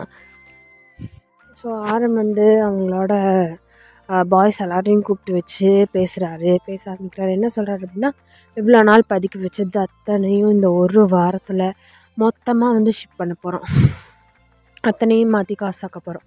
ஓகே, இவ்வளோ நாள் பதுக்கி வச்சுன்றதை எப்படி நம்ம கை மாற்ற போகிறோம்னு சொல்லிட்டு டைமுக்காக வெயிட் பண்ணி பண்ணிகிட்டு இருந்தோம். இப்போது நமக்கு அவன் கொடுத்துருக்குற ஆஃபர் குறையிறதுக்கு முன்னாடி அவன் பவருக்கு வந்துட்டா அவன் பேச்சை எந்த மாதிரி மாற்றுவான்னு தெரியாது. ஆனால் அதுக்குள்ளே அவனோட வீக்கான இந்த டைம்லேயே நம்ம எல்லாத்தையும் மாற்றி ஆகணும், எல்லாத்தையும் மாற்றி காசாக்கி ஆகணும். அடுத்த 1 வாரம் 2 வாரத்துக்கு நிறைய வேலை இருக்குது பாய்ஸ், இன்றைக்கி நைட்லேருந்தே ஸ்டார்ட் பண்ணிடலாம் அப்படிங்கிற மாதிரி வந்து சொல்கிறான். சரின்னு சொல்லிவிட்டு பாய்ஸும் சீரியஸாக வந்து கேட்டுட்ருக்காங்க. இன்றைக்கி ஒரு 300-400 கண்டெய்னர்ஸாவது போகணும் அப்படின்னு சொல்லி வந்து சொல்கிறாரு, பிளான் போட்டு கொடுக்குறாரு. அப்போது பார்ட்டியெல்லாம் முடிச்சுட்டு நம்மளோட பாய்ஸ் எல்லாருமே வந்து திரும்பி வராங்க. வரும்போது என்ன ஆகுது அப்படின்னா, கெரோ வந்து அவளோட ரூமில் இருக்கா. இருந்துட்டு ஒரு எப்படி சொல்கிறது, இவன்கிட்ட நம்ம பேசியே ஆகணும், எப்படி பேசுகிறது, ஆனால் இவனா வந்து பேசுவான்னு சொல்லி எதிர்பார்த்துட்ருக்கிறது வேஸ்ட்டு, நம்மளாக தான் போகணும் போல் அப்படின்னு சொல்லி திங்க் பண்ணிகிட்ருக்கா. சுகாவை பார்த்ததுல ரொம்பவே ஹாப்பி தான். பட் எப்படி அதை எக்ஸ்ப்ரெஸ் பண்ணுறது, அவன்கிட்ட பேசணும் அப்படிங்கிறத வந்து ரொம்பவே ஜாஸ்தியாக நம்மளோட கெரோக்கு வந்து தோண்டிகிட்டு இருக்குது. அப்போது அவங்க எல்லோரும் வர்றதுக்கான சத்தம் வந்துட்டு கேட்குது. சுகா வந்து நேராக கெரோரோட ரூமுக்கு வர மாதிரி வந்துட்டு அப்படியே க்ராஸ் ஆகி போக பார்க்குறாரு. கெரோ பொறுத்தது போதும்டா அப்படிங்கிற மாதிரி சுகாவை பிடிச்சி அவளோட ரூம்குள்ளே வெடிக்குன்னு இழுக்கிறா. இழுத்துட்டு அதே மாதிரி சோஃபாவில் பிடிச்சி தள்ளி விட்டுட்டு அவன் மேலே ஏறி உட்கார்றா. உட்காந்துட்டு சொல்கிறா, என்ன நான் பேசலைன்னா உன்னால் பேச முடியாதா, என்ன குளிர் விட்டு போச்சா உனக்கு நான் பண்ணதெல்லாம் மறந்துடுச்சா அப்படின்னு சொல்லி கேட்குறா. கேட்டவொடனே அப்படின்னு சொல்லிட்டு சுகா வந்து ஒரு மாதிரி எப்படி சொல்கிறது, நான் பேச வேண்டியதெல்லாம் இவ பேசிகிட்டு இருக்கா அப்படிங்கிற மாதிரி வியர்டாக வந்து கெரோவை பார்க்குறாரு. அண்ணாடி நான் எதாவது வந்து பேசணும், நீ இருக்கலாம், நீ வந்து பேசணும், நான் இருக்கக்கூடாதா, இப்படியே 2 பேரும் விட்டுட்டே இருந்தால் கடைசி வரைக்கும் பேசவே முடியாது அப்படின்னு சொல்லி கெரோ வந்து சொல்கிறா. இவ்வளோ வருஷம் கழிச்சு கிட்டத்தட்ட 3 years ஆச்சு என்ன நீ நேரில் பார்த்து, அப்படி இருந்தாலும் என்னை பற்றி உனக்கு கொஞ்சம் கூட கவலையே இல்லை, ஒரு ஃபோன் பண்ணியா, இல்லை ஒரு தடவையாவது ஒரு வீக்கெண்டில் எப்பயாவது ஃப்ரீயாக இருக்கும்போது நேரில் வந்து பார்த்தியா, அப்படியே போனால் போதுன்னு விட்டுட்டல அப்படின்னு சொல்லி சொல்கிறா. அதான் உன்னை ஒன்றா இருக்கானே, அவன் உன்னை நல்லா பார்த்துக்குவான்னு சொல்லி தான் நான் எதுவும் கண்டுக்கல, அவனுக்கு மேலே உன்னை யாரால் இப்போ பார்த்துக்க முடியும், ஆனால் அவனை என் தங்கச்சி என் குட்டி அப்படின்ட்டே இருக்கான். 2 பேரும் பாசமலையை புரிஞ்சுக்கிறதுக்கே நேரம் சரியாக இருக்குது. நீ என்ன முதல்ல நினச்சி பார்த்தியா, இல்லை காலேஜில் தையா தக்கான்னு குதிச்சுட்டு நீயும் ஜாலியாக தானே இருந்த அப்படின்னு சொல்லி அவன் கேட்குறான். நான் ஜாலியாக என்ஜாய் பண்ணேன், நீ பார்த்தியா அப்படின்னு சொல்லிட்டு நான்லாம் அவன் மேலே கம்ஃபர்டபுளாக ஏறி உட்கார்றா. வேணாம் அங்கே மட்டும் ஏறி உட்காராத, அன்றைக்கி கூட யாருமே இல்லை அதனால தெரியல, இன்றைக்கி எல்லோரும் இங்கே தான் இருக்காங்க, உன் குரங்கு சட்டையெல்லாம் என்கிட்ட காட்டாத அப்படின்னு சொல்லி சொல்கிறான். அப்படியா அப்படின்னு சொல்லி ஒரு ஈவில் ஸ்மிக் பண்ணுறா. அப்போது சுகாக்கு ஒரு டீலர்கிட்ட இருந்து வந்து கால் வருது.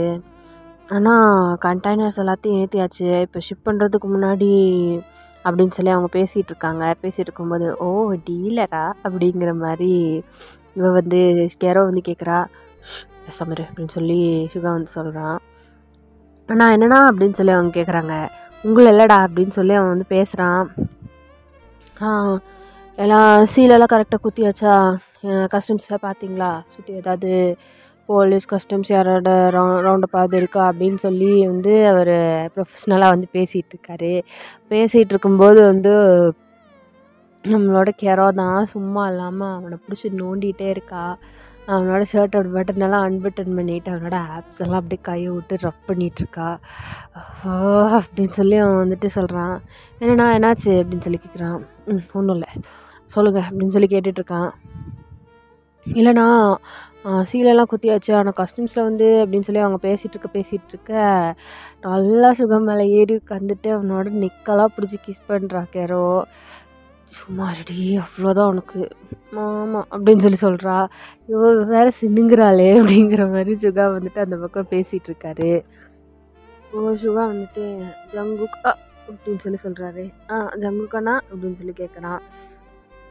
ஜங்குக், டயாங், ஜிமின் 3 பேரும் என்னண்ணா என்னாச்சு அப்படின்னு சொல்லி கேட்குறாங்க. ஆக்சுவலி போட்டு சுகாவை கெரோ வந்து படாத பாடுபடுத்திகிட்டு இருக்கா, அதனால அவர் வந்துட்டு பேசவே வரமாட்டேங்குது.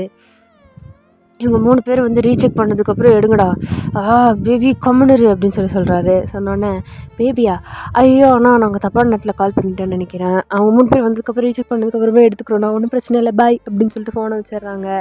வச்சதுக்கப்புறமா சுகா வந்துட்டு யாரோ செம்ம காண்டா பார்த்தா அப்படியே தூக்கி பெட்டு மேலே போடுறாரு. இன்னைக்கு செத்தடி நீ அப்படின்னு சொல்லிட்டு மேலே ஓவர் ஆகும்போது வெளியில் வந்துட்டு சவுண்டு கேட்குது. நம்மளோட ஆரம்தான் ஃபோனில் வந்து செம்ம கத்திட்டு இருக்காரு. டேய் மிஸ்டர் சாங், உனக்கு என்ன ஏற்றம் இருந்திருந்தோ என்கிட்ட கொடுத்த வாக்கு மீறி இப்போ எங்கள் சரக்கு மேலே கையை வச்சிருப்பேன் அப்படின்னு சொல்லி கேட்குறாரு. ஆமாம் ஆரம், நான் சொன்னதெல்லாம் காப்பாற்ற முடியுமா, அரசியல்வாதியாச்சு அப்படின்னு சொல்லி சொல்கிறாரு. அப்போது ஆரம் வந்து கேட்குறாரு, உனக்கு இந்த டீலை முடிச்சு கொடுத்துட்டா எங்கள் சரக்கு மேலே எப்போவுமே கை வைக்க மாட்டேன்னு சொல்லியிருந்தேன். ஆனால் நீ அட்டு தர ஆளே நீ வச்சுருக்க, எவ்வளோ தைரியம்டா உனக்கு அப்படின்னு சொல்லி கேட்குறாரு. என்ன பண்ணுறது ஆரம், நான் யாருக்காவது உண்மையாக இருக்கணும்னு நினச்சா என் புத்தி எனக்கு மட்டும்தான் என்னை உண்மையாக இருக்க சொல்லுது. உங்ககிட்ட கொடுத்த சத்தியத்தை எல்லாத்தையும் காப்பாற்றுறதுக்கு நான் என்ன பெரிய சத்தியவானா? இப்போது உங்களோட சரக்குக்கு நான் ஒரு விலை ஃபிக்ஸ் பண்ணுறேன். 50% உங்களுக்கு வர லாபத்தில் என்னோட கட்சியில் இருக்கிற மெம்பர்ஸ்க்கு அமௌண்ட் போய் சேரணும். அத்தனை எம்பிஸும் என்னோட பேரை தான் சொல்லணும். எலெக்ஷனில் நான் தான் அடுத்த ஹெட்டாக ஆகணும். அதுக்கு நீங்கள் தான் இனிமேல் எனக்கு சப்போர்ட் பண்ண போகிறீங்க. இல்லைனா உங்ககிட்ட இருக்கிற அத்தனை சரக்கையும் நான் வந்து கோர்ட்டில் ஒப்படைச்சிருவேன் அப்படின்னு சொல்கிறாரு. 50%ஓட மதிப்பு என்னன்னு தெரியுமாடா அப்படின்னு சொல்லி கேட்குறான். எனக்கு அது தெரிஞ்சதுனால தான் நான் தூக்கியிருக்கேன். இப்போது 50% எனக்கு தரப்போறியா இல்லை மொத்தமாக கோர்ட்டுக்கு அனுப்புவா அப்படின்னு சொல்லி சாங் கேட்குறாரு. உன்னால் முடிஞ்சதை பிடிங்கிக்கோ, உங்ககிட்ட பார்ட்னர்ஷிப் வச்சுக்கிற அளவுக்கு இனிமேல் நான் வந்துட்டு யோசிக்க போகிறது கிடையாது அப்படின்னு சொல்லிட்டு ஆரம் வந்து சொல்கிறாரு. உங்ககிட்ட பார்ட்னர்ஷிப் வச்சுக்கிறதுக்கு நீ மொத்தமாக கோர்ட்லேயே தூக்கி கொடுக்குறனாலும் பரவாயில்ல, அதுலேருந்து எப்படி எடுத்துக்கணும்னு எனக்கு தெரியும் அப்படின்னு சொல்லிட்டு ஆரம் வந்து சொல்லிவிட்டு ஃபோனை கட் பண்ணுறாரு. சுகா இதெல்லாம் கேட்டுட்டு வேக வேகமாக ரூம்லேருந்து வெளில வராரு. என்னாச்சு ஆரம் அப்படின்னு சொல்லி கேட்குறாரு. குடோன்லேருந்து நம்மளோட அத்தனை சரக்குக்கும் ரைடு விட்டான்டா அவன்கிட்ட அவன் சொன்னதை நம்பி நம்ம இதை செஞ்சுருக்கவே கூடாது அப்படின்னு சொல்லி சுகா வந்து வேகமாக அங்கே இருக்கிற கிளாஸை வந்துட்டு கிக் பண்ணி உடைக்கிறாரு. அவன் பண்ணதுக்கு அவனுக்கு பதிலுக்கு பெருசாக அவனு பண்ணணும் அப்படின்னு சொல்லி 2 பேரும் யோசிக்கிறாங்க.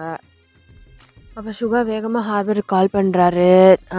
ஜிமின் ஜங்குக்கு அப்புறம் டேக்கிட்ட சொல்லி ஷிப்பாக இருக்கிற சரக்கெல்லாம் வந்துட்டு நிறுத்தி சேஃபான இடத்துக்கு மாற்ற சொல்கிறாரு. அவங்களும் வந்துட்டு மாற்றிடுறாங்க. இப்போ அவன் பிடிச்சிருக்கிற சரக்கோட மதிப்பு கிட்டத்தட்ட 550 கோடிக்கு மேலே. அத்தனையும் கோர்ட்டில் கொடுத்தான் அப்படின்னா இன்னும் ரைடு வந்தாங்க, நம்மளோட மற்ற விஷயத்தெல்லாம் கலர ஆரம்பித்தாங்க அப்படின்னா நமக்கு மிகப்பெரிய லாஸ் ஆகிடும். எல்லாத்தையும் மறுபடியும் முதல்லேருந்து ஆரம்பிக்கிற மாதிரி ஆகிடும். அதுக்கு நம்மக்கிட்ட 50% பார்ட்னர்ஷிப் வச்சுக்க சொல்கிறியா? இவனுக்கு பயந்துதான் இருக்கவே கூடாது அப்படின்னு சொல்லி சுகா சொல்கிறாரு. அப்போ 2 பேரும் வந்துட்டு பேசிகிட்டு இருக்காங்க. அவனுக்கு நம்மனா பயம் வரணும், அந்த மாதிரி ஒரு விஷயத்த பண்ணணும், அப்போ தான் நம்ம வழிக்கு இனிமேல் அவன் வரமாட்டான் அப்படின்னு சொல்லி ஆரம் சொல்கிறாரு. ஓகே பண்ணிடுவோம் அப்படிங்கிற மாதிரி சுகா வந்துட்டு சொல்கிறாரு. அதுக்கு முன்னாடி கோர்ட்டுக்கு அவன் நம்ம பார்ட்னர்ஷிப் ஒதுக்காதனால கண்டிப்பாக கோர்ட்டுக்கு அவன் அனுப்புவான் நம்மளோட சரக்கு எல்லாத்தையும். அது அத்தனையும் திருப்பி கொண்டு வரணும். கோர்ட்டுக்கு அனுப்புறதுக்கு முன்னாடி அதை அத்தனையும் சீஸ் பண்ணி நம்ம எடுத்துகிட்டு வந்து வச்சுக்கணும் அப்படின்னு சொல்லி ஆரம்பித்து சொல்கிறாரு. சரி, நம்மளோட பாடி கார்ட்ஸ் அடியாளுங்க, வெளிநாட்டில் இருக்க நம்மளோட டீலர்ஸ் கிட்டேருந்து அடியாளுங்க அத்தனை பேர்த்தையும் கொண்டு வந்து இறக்க சொல்லலாம். தம்பிங்களை போக சொல்லலாம். தம்பிங்க மட்டும் போதும்னு நினைக்கிறேன். கன்ஸ், எக்ஸ்ப்ளோசிவ்ஸ், வேறு எது வேணுமோ எல்லாத்தையும் கொடுத்து அனுப்பலாம். இன்றைக்கி கோர்ட்டுக்கு நம்ம சரக்கு போய் சேரக்கூடாது அப்படின்னு சொல்லி சொல்கிறாரு. கரெக்டான ஐடியா தான். ஒருவேளை அவனுங்க போய் மாட்டிக்கிட்டா நம்ம போகலாம் அப்படின்னு சொல்லி சுகா வந்து சொல்கிறாரு. எல்லோரும் ஒன்றா போக வேண்டாம், அவங்க போய் மாட்டிக்கிட்டா அவங்கள போய் நம்ம கூட்டிகிட்டு வரலாம் அப்படிங்கிற மாதிரி சுகா சொல்கிறாரு. சரின்னு சொல்லி கிளம்புறாங்க. நம்மளோட விமன் குக் தான் எப்படின்னா பயங்கரமாக ஒரு வாருக்கு ரெடியாகி போகிற மாதிரி கிளம்பி போகிறாங்க. பிகாஸ் அவ்வளோ கோடி ரூபாய் சரக்குன்னா ரொம்பவே அதுக்குள்ளே இருக்கிறதெல்லாம் வந்து எக்ஸ்ப்ளோசிவ்ஸ், கன்ஸ், அப்புறம் ட்ரக்ஸு எல்லாமே வந்துட்டு உள்ளே இருக்கும். ஸோ ரொம்ப ரொம்ப பாதுகாப்பாக சேஃபாக மிலிட்ரி அரேஞ்ச்மெண்ட்ஸோடு அதை வந்து எடுத்துகிட்டு போயிட்டுருக்காங்க. அங்கே முன்னாடி வந்து ஒரு 10 மிலிட்ரி வெஹிக்கல்ஸ், பின்னாடி ஒரு 10 மிலிட்ரி வெஹிக்கல்ஸ், நடுவில் வந்து ஒரு 30-40 ட்ரக்கு. அது ஃபுல்லாக இவங்களோட ஸ்டஃப் தான். அது வந்துட்டு ஃபுல்லாக சாங்கோட ஆஃபீஸர்ஸ் அவங்க வந்துட்டு கோர்ட்டில் ப்ரொடியூஸ் பண்ணுறதுக்காக ரொம்ப ரொம்ப ஹைலி செக்யூர்டாக வந்து எடுத்துகிட்டு போயிட்டுருக்காங்க. இங்கே நம்மளோட விமென் குக் தான் 50-60 வெஹிக்கலில் பயங்கரமான லாங்கான வெஹிக்கலில் ஃபுல்லாக கேங்ஸ்டர்ஸ், அடியாளுங்க, பெரிய பெரிய பாடி பில்டர்ஸ், பாடி கார்ட்ஸ் அத்தனை பேர்த்தையும் கூட்டிகிட்டு கிட்டத்தட்ட கவர்மெண்ட்டுக்கு எதிராக இது வார் மாதிரி அவ்வளோ பயங்கரமான ஒரு சீரியஸான சுச்சுவேஷனுக்கு கிளம்பி போகிறாங்க. நடுவில் ஒரு மிகப்பெரிய ஹைவேஸ், அங்கே தான் வந்து இப்போ பப்ளிக் க்ரௌட் எதுவுமே இருக்காது, அங்கே தான் வச்சு அட்டாக் பண்ண கரெக்டாக இருக்கும்னு சொல்லி எடுத்துகிட்டு போயிட்டுருக்க அந்த வெஹிக்கிளை வந்துட்டு நடுவில் போய் நின்று ஸ்டாப் பண்ணுறாங்க. அப்போ நம்மளோட ஜங்குக்கு தான் மாதம் அங்கேருந்து கீழே இறங்கி வராரு. அங்கே இருக்கிற ஒரு மிகப்பெரிய ஒரு மெஷின் கன் எடுத்து டப்படப்படப்படப்படன்னு எல்லாரையும் வந்துட்டு ஷூட் பண்ணுறாரு. அங்கே இருக்கிற வெஹிக்கிள் எல்லாத்தையும் வந்துட்டு இவங்களோட வெஹிக்கிள்ஸால் வந்து ரவுண்ட் அப் பண்ணுறாங்க. ரவுண்ட் அப் பண்ணால் உள்ளேருந்து மிலிட்ரி கார்ட்ஸ் வந்து இறங்குறாங்க. அவங்களுக்கும் இவங்களுக்கும் வந்துட்டு பயங்கரமான வார் போயிட்டுருக்கு. அவ்வளோ சண்டை போடுறாங்க. அந்த வெஹிக்கிளை வந்து சுற்றி இந்த கம்பி மாதிரி போட்டு வந்து ப்ரொடெக்ட் பண்ணியிருக்காங்க. அந்த கம்பியில் வந்துட்டு ஒரு ஹூக் வச்சு ரோப் வச்சு நம்மளோட டயாங் தான் நிறையா அடியாளுங்களை வச்சு பைக்கில் வச்சு இழுத்துட்டு போக வைக்கிறாரு. அந்த கம்பியெல்லாம் வந்துட்டு பிச்சுட்டு வந்து விழுகுது. அதுலேருந்து அந்த வெஹிக்கல்லேருந்து சரக்கை வந்துட்டு மாற்றுறாங்க. அங்கே இருக்கிற டிரைவர் எல்லாரையுமே வந்துட்டு கொன்னுட்டு முடிஞ்ச அளவுக்கு சரக்கை வந்துட்டு மாற்றுறாங்க. இன்னொரு சைடு இருக்கிற வண்டியவே வந்துட்டு எடுத்துகிட்டு போகிறாங்க. வண்டியோடு சேர்த்து அத்தனை சரக்கையும் வந்துட்டு எடுத்துகிட்டு போகிறாங்க. வண்டியோடு எடுத்துகிட்டு போக முடியாமல் இருக்கிற வெஹிக்கிள் மாதிரி இருக்கிற சரக்குலெல்லாம் வந்துட்டு சரக்கை வந்து இடம் மாற்றிட்டுருக்காங்க. இத்தனையும் வந்துட்டு நடந்துகிட்ருக்கும்போது இப்படின்னு தெரிஞ்ச உடனே இது வந்து ஒரு நேஷ்னல் இஷ்யூவாக வந்துட்டு மாறுது. நிறைய சோல்ஜர்ஸ் நிறைய பேர்த்த வந்துட்டு கவர்மெண்ட் வந்து அங்கே அனுப்புது. அங்கே நம்மளோட விமன் குக் வந்துட்டு பயங்கரமாக சண்டையில் வந்து மாட்டிக்கிறாங்க. ஆரம் வந்து அவங்க கிளம்பி போகும்போதே என்ன சொல்லியிருப்பார் அப்படின்னா, அந்த சரக்கு எவ்வளோ முக்கியமோ அதே அளவுக்கு நீங்களும் முக்கியம். எதனா ஒரு பிரச்சனை மாட்டிக்கிட்டீங்க அப்படின்னா உடனே வந்து எனக்கு சொல்லுங்கள், நாங்கள் வந்துடுறோம் அப்படிங்கிற மாதிரி சொல்லியிருப்பார். இப்போது சுச்சுவேஷன் கொஞ்சம் கைமீறி போகும்போது நம்மளோட ஜிமின் வந்து அவர்கிட்ட இருக்கிற எமர்ஜென்சி டிரான்ஸ்பாண்டரை வந்து ப்ரெஸ் பண்ணுறாரு. ப்ரெஸ் பண்ண உடனே நம்மளோட ஆரம்க்கும் சுகாக்கும் வந்துட்டு மெசேஜ் போகுது. சரி அவங்க மாட்டிக்கிட்டாங்க போல், நம்ம போகலாம் அப்படின்னு சொல்லிட்டு ஆரமும் சுகாவுமே வந்துட்டு ஒரு மாசான ஒரு காரில் ஒரு மிலிட்ரி செட்டப்பில் இருக்க அந்த காரு அதில் போகிறாங்க. போய் அவங்களுமே வந்துட்டு பயங்கரமாக ஃபைட் பண்ணுறாங்க. அவங்க கூடயும் நிறைய அடியாளர்கள் கூப்பிட்டு போகிறாங்க. அவங்களுமே கார்ட்ஸ், வெல் ட்ரெயின்டு கார்ட்ஸ் அவங்களையும் கூட்டிகிட்டு போகிறாங்க. அந்த வார் வந்துட்டு ரொம்ப ரொம்ப பயங்கரமாக வந்து நடக்குது. இப்போ என்ன ஆகுது அப்படின்னா, சரக்கு எல்லாத்தையும் டிரான்ஸ்போர்ட் பண்ணி எடுத்துட்டாங்க. அவங்களோட ஸ்டஃப் எல்லாத்தையுமே வந்துட்டு கவர்மெண்ட் கிட்டேருந்து சீஸ் பண்ணி மொத்தத்தையும் கொண்டு போயிட்டாங்க. பட் இவங்க எல்லாருமே வந்து மாட்டிக்கிட்டாங்க. விமன் குக், அப்புறம் ஆரம், சுகா எல்லாருமே வந்து மாட்டிக்கிட்டாங்க. பிகாஸ் அவங்க எல்லாருமே கவர்மெண்ட் அஃபிஷியல்ஸ். இவங்கக்கிட்ட இருக்கிற வெப்பனை விட அவங்கக்கிட்ட இருக்கிறது கொஞ்சம் எப்படி சொல்கிறதுனா இன்னும் லிட்டில் பிட் ஸ்ட்ராங்கர். அதனால இவங்க எல்லாருமே மாட்டிக்கிட்டாங்க. அப்போது நம்மளோட பாய்ஸ் எல்லாருமே வந்து முட்டி போட வச்சு நெத்தியிலே கன் ஷாட் பண்ணுறதுக்காக முட்டி போட வச்சுருக்காங்க. அப்போ அங்கே வந்துட்டு ஒரு ஹெலிகாப்டர் வருது. திடீர்னு ஒரு சைலன்ஸ், அந்த சைலன்ஸை பிரேக் பண்ணிவிட்டு மேலேருந்து ஒரு ஹெலிகாப்டர் வருது. ஒரு மிகப்பெரிய மிசைலை அவர் கையில் வந்து ஒரு மிகப்பெரிய மிசைல் லான்ச்சரை வச்சுட்டு ஒருத்தர் செம்ம ஸ்டைலிஷாக அந்த ஹெலிகாப்டர்லேருந்து மேலேருந்து கீழே அப்படியே பார்க்குறாரு. பார்த்தோன்னே ஆரம் வந்துட்டு அப்படியே ஒரு டெவிலிஷான ஸ்மிர்க் பண்ணுறாரு. அசோக் அப்படின்னு சொல்கிறாரு. சொன்னதை கேட்டவொன்னே வந்துட்டு நம்மளோட பாய்ஸ் எல்லாருமே மேலே பார்க்குறாங்க. பார்த்தா நம்மளோட ஜியோப் தான் அவ்வளோ பெரிய மிசைல் லான்ச்சர் எடுத்துகிட்டு அவர் கையில் வச்சுட்டு அவர் தோள்பட்டையில் வச்சிட்ருக்காரு. அங்கேருந்து அந்த மிலிட்ரி அஃபிஷியல்ஸ் வந்த அத்தனை வெஹிக்களையுமே வந்து பிளாஸ்ட் பண்ணுறாரு. கையிலேருந்து அவ்வளோ பெரிய லான்ச்சரை வச்சு அடித்து அத்தனை வெஹிக்களையுமே வந்து பிளாஸ்ட் பண்ணுறாரு. பிளாஸ்ட் பண்ணிவிட்டு கீழே இறங்குறாரு. இறங்குனா ஃபுல்லாக அந்த இடமே வந்துட்டு அவ்வளோ இதாக இருக்குது. அந்த வெஹிக்கல்குள்ளே இருந்த அத்தனை பேருமே வந்துட்டு மிச்சம் இருந்த கவர்மெண்ட் அஃபிஷியல்ஸ் எல்லாருமே வந்து செத்துட்டாங்க.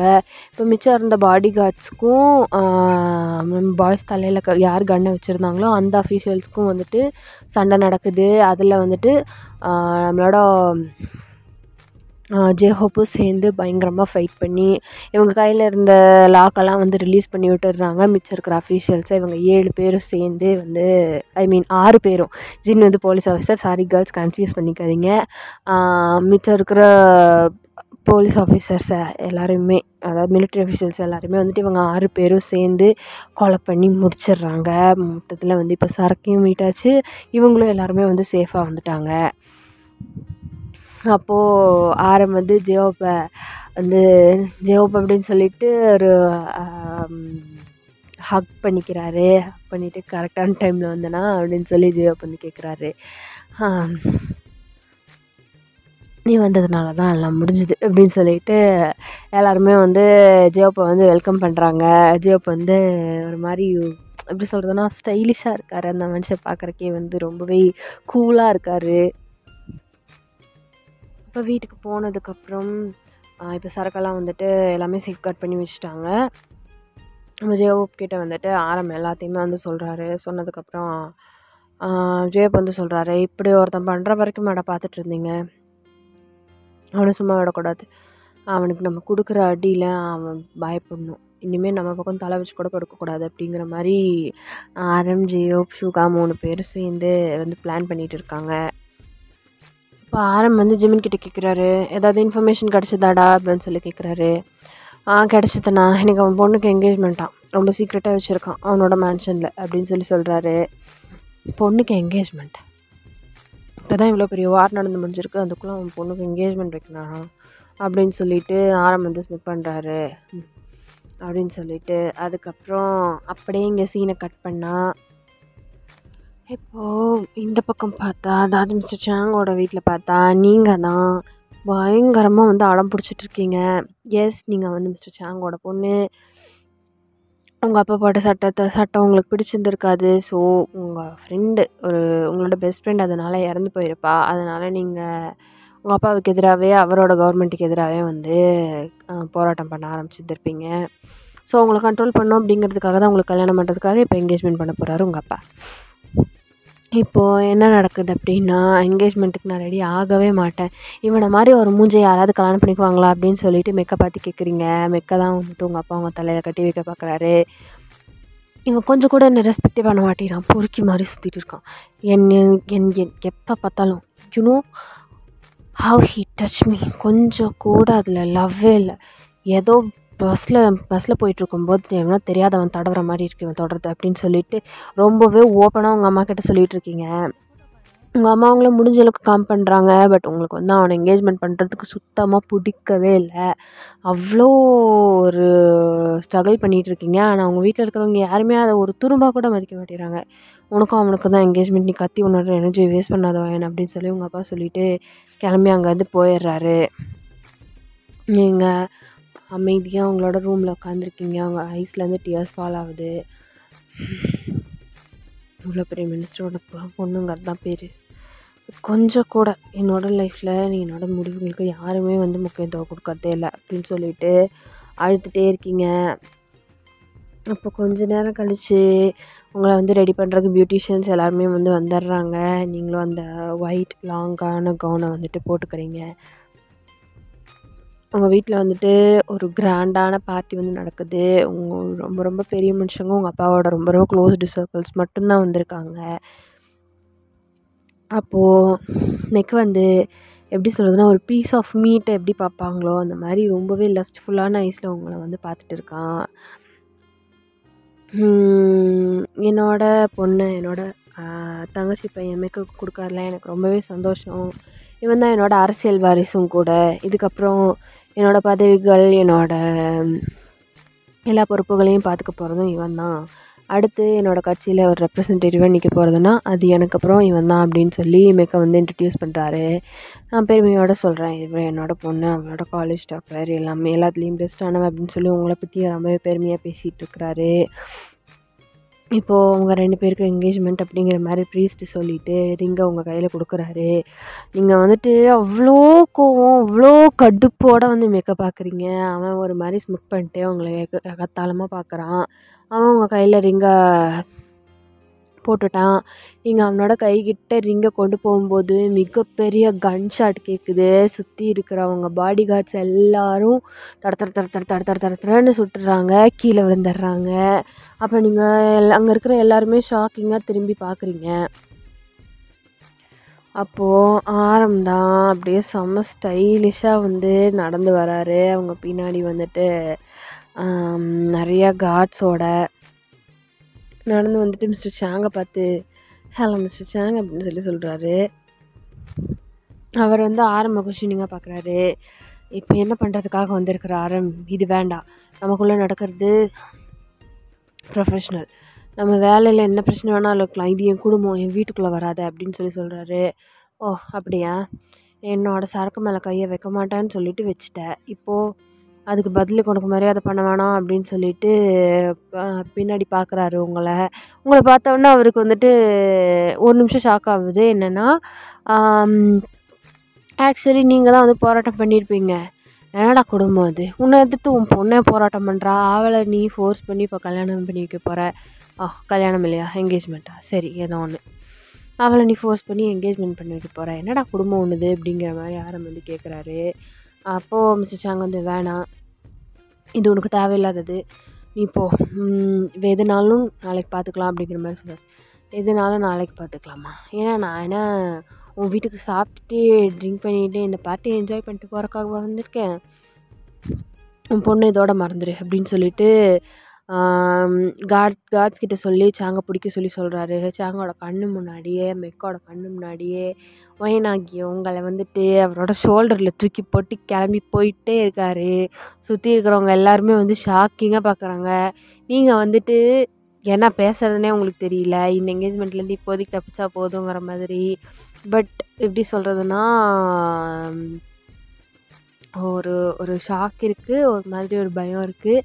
அப்படியே அவங்கள தூக்கிட்டு கிளம்பிகிட்டே இருக்கார். ஃபஸ்ட்டு உங்களோட கையை பிடிச்சி புல் பண்ணியிருப்பார், நீங்கள் ஷாக்லேயோ இல்லை இவன் கூப்பிட்டா நம்ம ஏன் போகணுங்கிற மாதிரி வராமல் இருந்திருப்பீங்க, பிடிச்சி ட்ராக் பண்ணியிருப்பார், அப்பவும் வராமல் இருந்திருப்பீங்க. அப்புறமா தான் ஒரே தூக்கிட்டு கிளம்பி இருந்திருப்பார். அவரோட காரில் போய் உங்களை பொத்துன்னு போடுறாரு. காரை எடுத்துகிட்டு நேராக கோஸ்டல் ஏரியாவுக்கு தான் போகிறாரு. அங்கே போயிட்டு காரோட சாவியை வந்து ஜங்கு கிட்ட தூக்கி போட்டு உங்களை வந்துட்டு கீழே இறக்குறாரு. இறக்குனோடனே இவளா அப்படிங்கிற மாதிரி ஜங்குக்கு பார்க்குறாரு.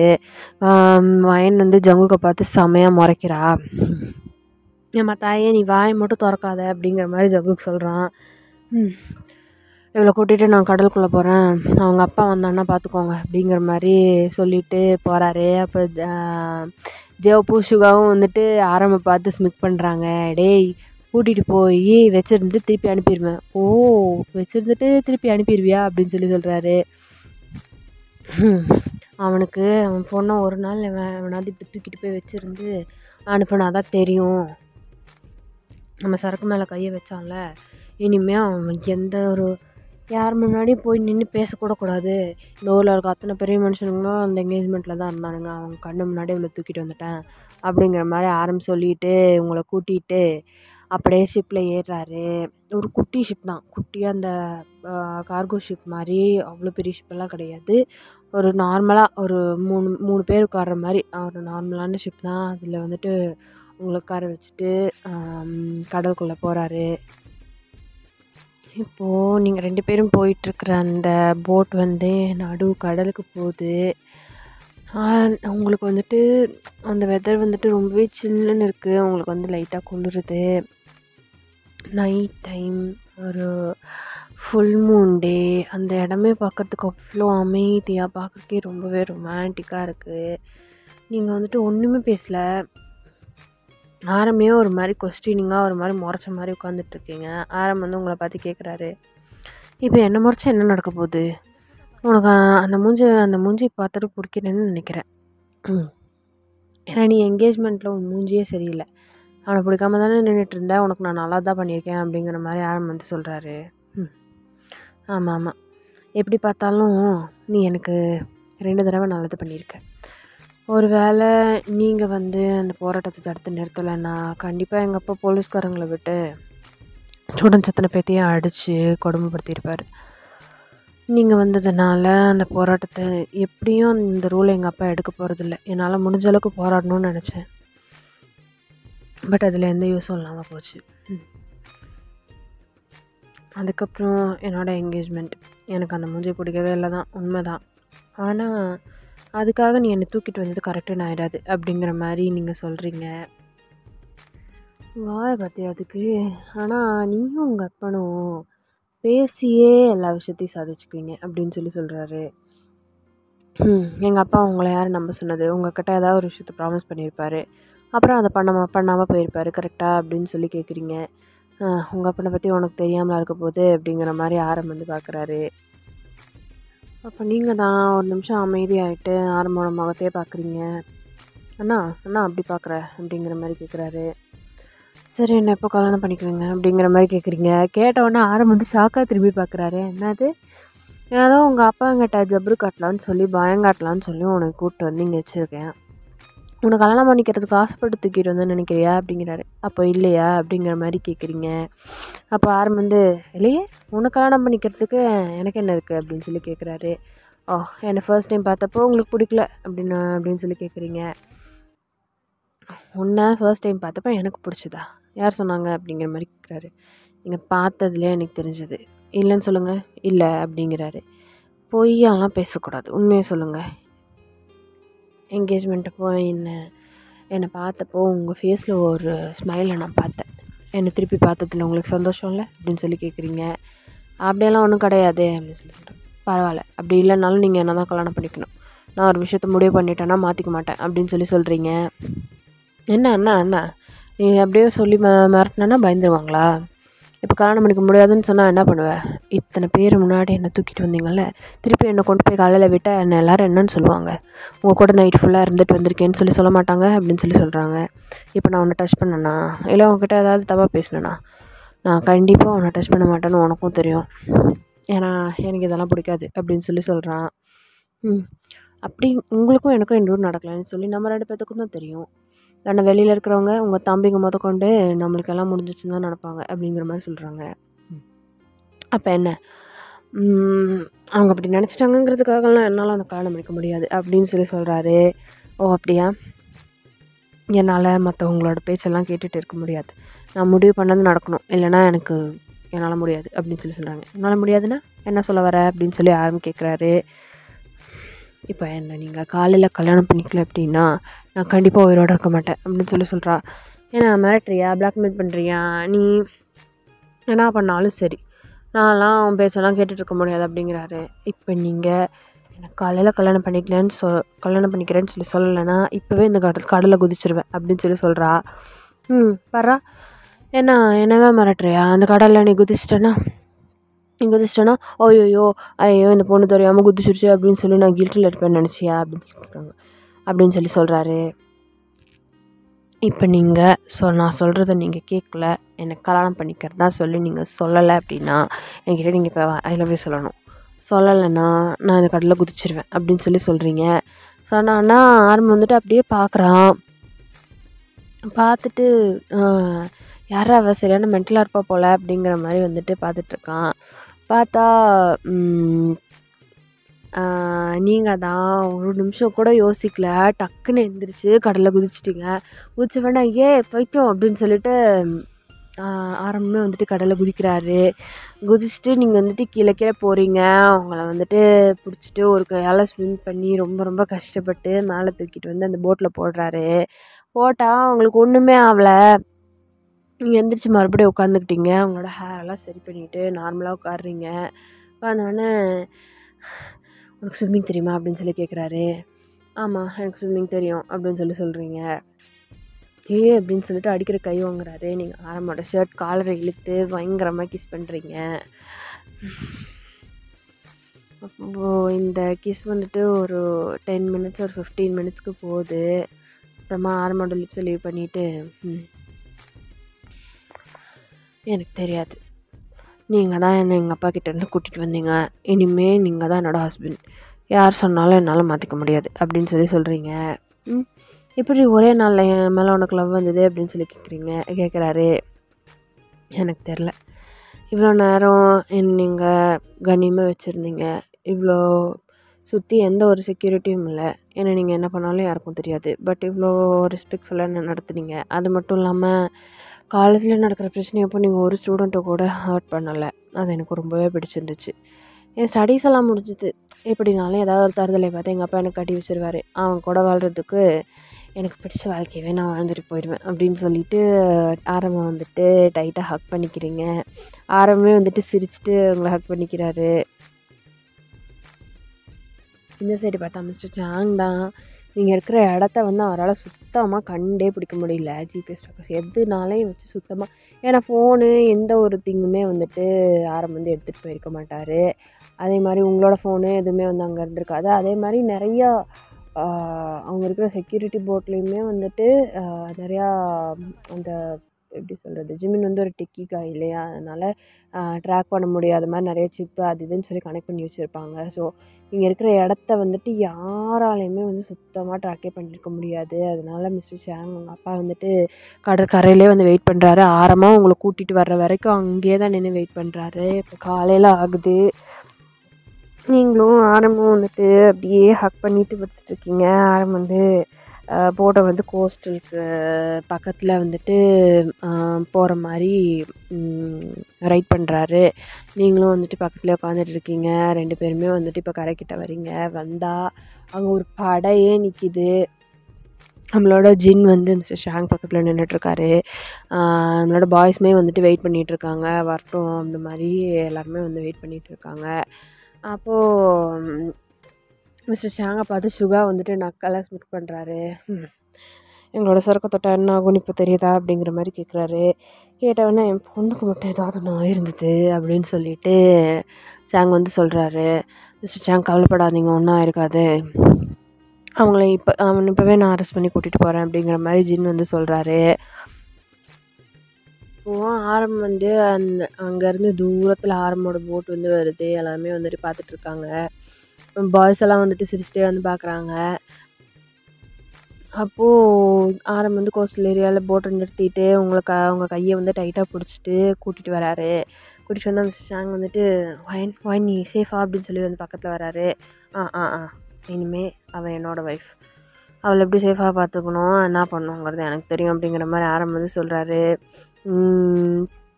சொன்னவொடனே மிஸ்டர் ஷாங் வந்துட்டு அப்படியே ஒரு மாதிரி ஷாக்கிங்காக பார்க்குறாரு. என்ன உன்னோட ஒய்ஃபா? ஆமாம், அவன் இனிமேல் எனக்கு தான் சொந்தம், நான் தானே தூக்கிட்டு போனேன், இனிமேல் உன் பொண்ணு உனக்கு கிடையாது அப்படிங்கிற மாதிரி சொல்கிறாரு. சொன்னவொடனே வந்துட்டு மிஸ்டர் ஷாங்குக்கு செம்மையாக கோவம் வருது. மிஸ்டர் ஜின், என்ன நின்று இப்படியே பார்த்துட்டு இருக்கீங்க, உங்களை எதுக்காக கூட்டிகிட்டு வந்திருந்தேன், இவங்க தான் வந்துட்டு இவ்வளோ நாளாக இங்கே கோஸ்டல் ஏரியாவில் கடத்தல அது இதுன்னு சொல்லி இங்கே நடக்கிற மாஃபியா அத்தனைக்கும் இவங்க தான் காரணம். அரெஸ்ட் பண்ணுங்கள், உங்கள்கிட்ட தான் நேற்றுக்கே நான் எல்லா எவிடன்ஸையுமே வந்து ஹேண்ட் ஓவர் பண்ணிட்டேன்ல, இவங்களை முதல்ல அரெஸ்ட் பண்ணுங்கள் அப்படிங்கிற மாதிரி ஜின்கிட்ட வந்து சொல்லுவாங்க. ஜின் கூட வந்து ஒரு 4 கஸ்டம்ஸ் ஆஃபீஸர் வந்து வந்திருக்காங்க. அவங்க கூட ஜின் வந்து அங்கே நின்றுட்டு இருக்காரு. அப்போது ஜின் வந்துட்டு கொஷினிங்காக திரும்பி மிஸ்டர் ஷாங்கை பார்க்குறாரு. இவங்க தானா, கன்ஃபார்மாக சொல்கிறீங்களா அப்படிங்கிற மாதிரி அவரோட கன்னை வந்து வெளியில் எடுத்துட்டு ஆரம் முன்னாடி நீட்டுறாரு. ஆரம் வந்து ஜின்னை பார்த்து ஸ்மிக் பண்ணுறாரு. பதிலுக்கு ஜின்னும் ஒரு ஸ்மிக் பண்ணிட்டு அந்த கன்னை அப்படியே திருப்பி மிஸ்டர் ஷாங்கை பார்த்து நீட்டுறாரு. மிஸ்டர் ஜின் என்ன பண்ணுறீங்க அப்படிங்கிற மாதிரி ஷாங் கேட்குறாரு. இவங்க மட்டும் கிடையாதுன்னு சொல்ல வந்தேன் அப்படின்னு சொல்லிட்டு ஜின் அப்படியே அவருக்கு பின்னாடி இருக்கிற 4 கஸ்டம்ஸ் ஆஃபீஸரை சுட்டுட்டு இந்த பக்கம் ஆரம் சைடில் இருக்கிற 4 பாடி கார்ட்ஸுக்கு கையில் அப்புறம் காலில் வந்துட்டு ஷூட் பண்ணுறாரு. ஷூட் பண்ணிவிட்டு மிஸ்டர் ஷாங்கோட நெத்தி போட்டில் கொண்டு வந்து கன்னை வைக்கிறாரு. கன்னை வச்சுட்டு என்ன சொன்னால், இவங்க தான் இங்கே இருக்கிற மாஃபியா கிங்ஸா? அது மட்டும் கிடையாது, இவங்களுக்கு நம்ம கவர்மெண்ட்லேருந்து எப்படி இவ்வளோ சப்போர்ட்டும் இவ்வளோ ஃப்ரீடமும் எப்படி கிடச்சிருக்கும் நீ நினைக்கிற? எல்லாத்துக்கும் காரணம் நானே அப்படின்னு சொல்கிறாரு. சொல்லிவிட்டு நாங்கள் எல்லாருமே ஒரே ஃபேமிலி, அது தெரியுமா உனக்கு அப்படின்னு சொல்லி கேட்குறாரு. கேட்டவொன்னே வந்துட்டு மிஸ்டர் ஷாங் ஷாக்காக திரும்பி ஜின்னை பார்க்குறாரு.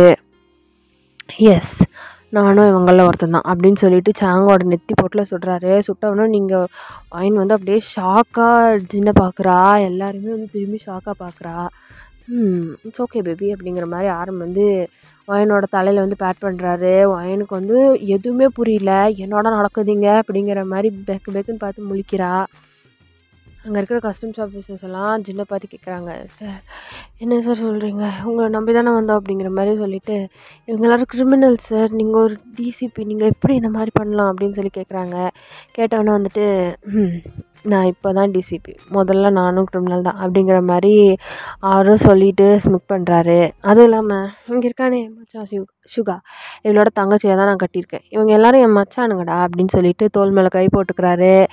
அப்போது அங்கே இருக்கிற கஸ்டம்ஸ் ஆஃபீஸர்ஸ் எல்லாருமே வந்துட்டு பயங்கர ஷாக்காக பார்க்குறாங்க. அவங்களே ஹெட்லேயே ஷூட் பண்ணி கொலை பண்ணிடுறாரு. அப்போ வந்துட்டு ஆரம்பி சொல்கிறாரு, மச்சான் எப்படி இருக்க, ட்ரான்ஸ்ஃபர் ஆகி வந்ததுக்கப்புறம் உனக்கு ஒரு பார்ட்டியும் கூட கொடுக்கல, அதுக்குள்ளே என்னென்னமோ நடந்துச்சு அப்படிங்கிற மாதிரி ஆரம்பி சொல்கிறாரு.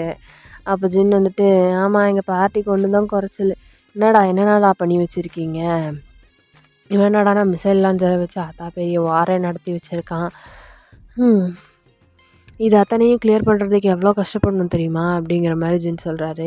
அதுக்கு தானடா அவனை வச்சுருக்கோம் அப்படிங்கிற மாதிரி ஜியோப் சொல்கிறாரு. அப்போது ஆமாடா, நீங்கள் பண்ணுறதெல்லாம் ஒயிட் வாஷ் பண்ணி கொடுக்குறதுக்கு தான் நான் இருக்கேன் அப்படிங்கிற மாதிரி ஜின் சொல்லிவிட்டு சிரிக்கிறாரு. ஆக்சுவலி இவங்க எல்லாருமே வந்துட்டு ஒரே டீம் தான். ஜின் வந்து இவங்களுக்கு ஆக்சுவலி அண்டர் கவராக டபுள் ஏஜெண்ட்டாக கவர்மெண்ட்டில் ஒர்க் பண்ணிகிட்டு இருந்திருப்பார். இவங்க எல்லாரையும் சேவ் பண்ணி கொடுத்துட்டு இருந்ததே இவ்வளோ நாளாக ஜின் தான். அதனால தான் ஜின்னை வந்துட்டு இந்த ஹார்பருக்கு வர சொல்லியிருந்திருப்பாங்க. ஸோ இந்த மூவியை நான் இதோட கம்ப்ளீட் பண்ணிக்கிறேன். உங்களுக்கு இந்த மூவி பிடிச்சிருக்கும்னு சொல்லி நினைக்கிறேன். என்னால் முடிஞ்ச அளவுக்கு கொடுக்கணும்னு சொல்லி உங்களுக்கு பிடிச்சிருக்கா பிடிக்கலையாங்கிறது கமெண்ட்ஸில் சொல்லுங்கள். பாய்.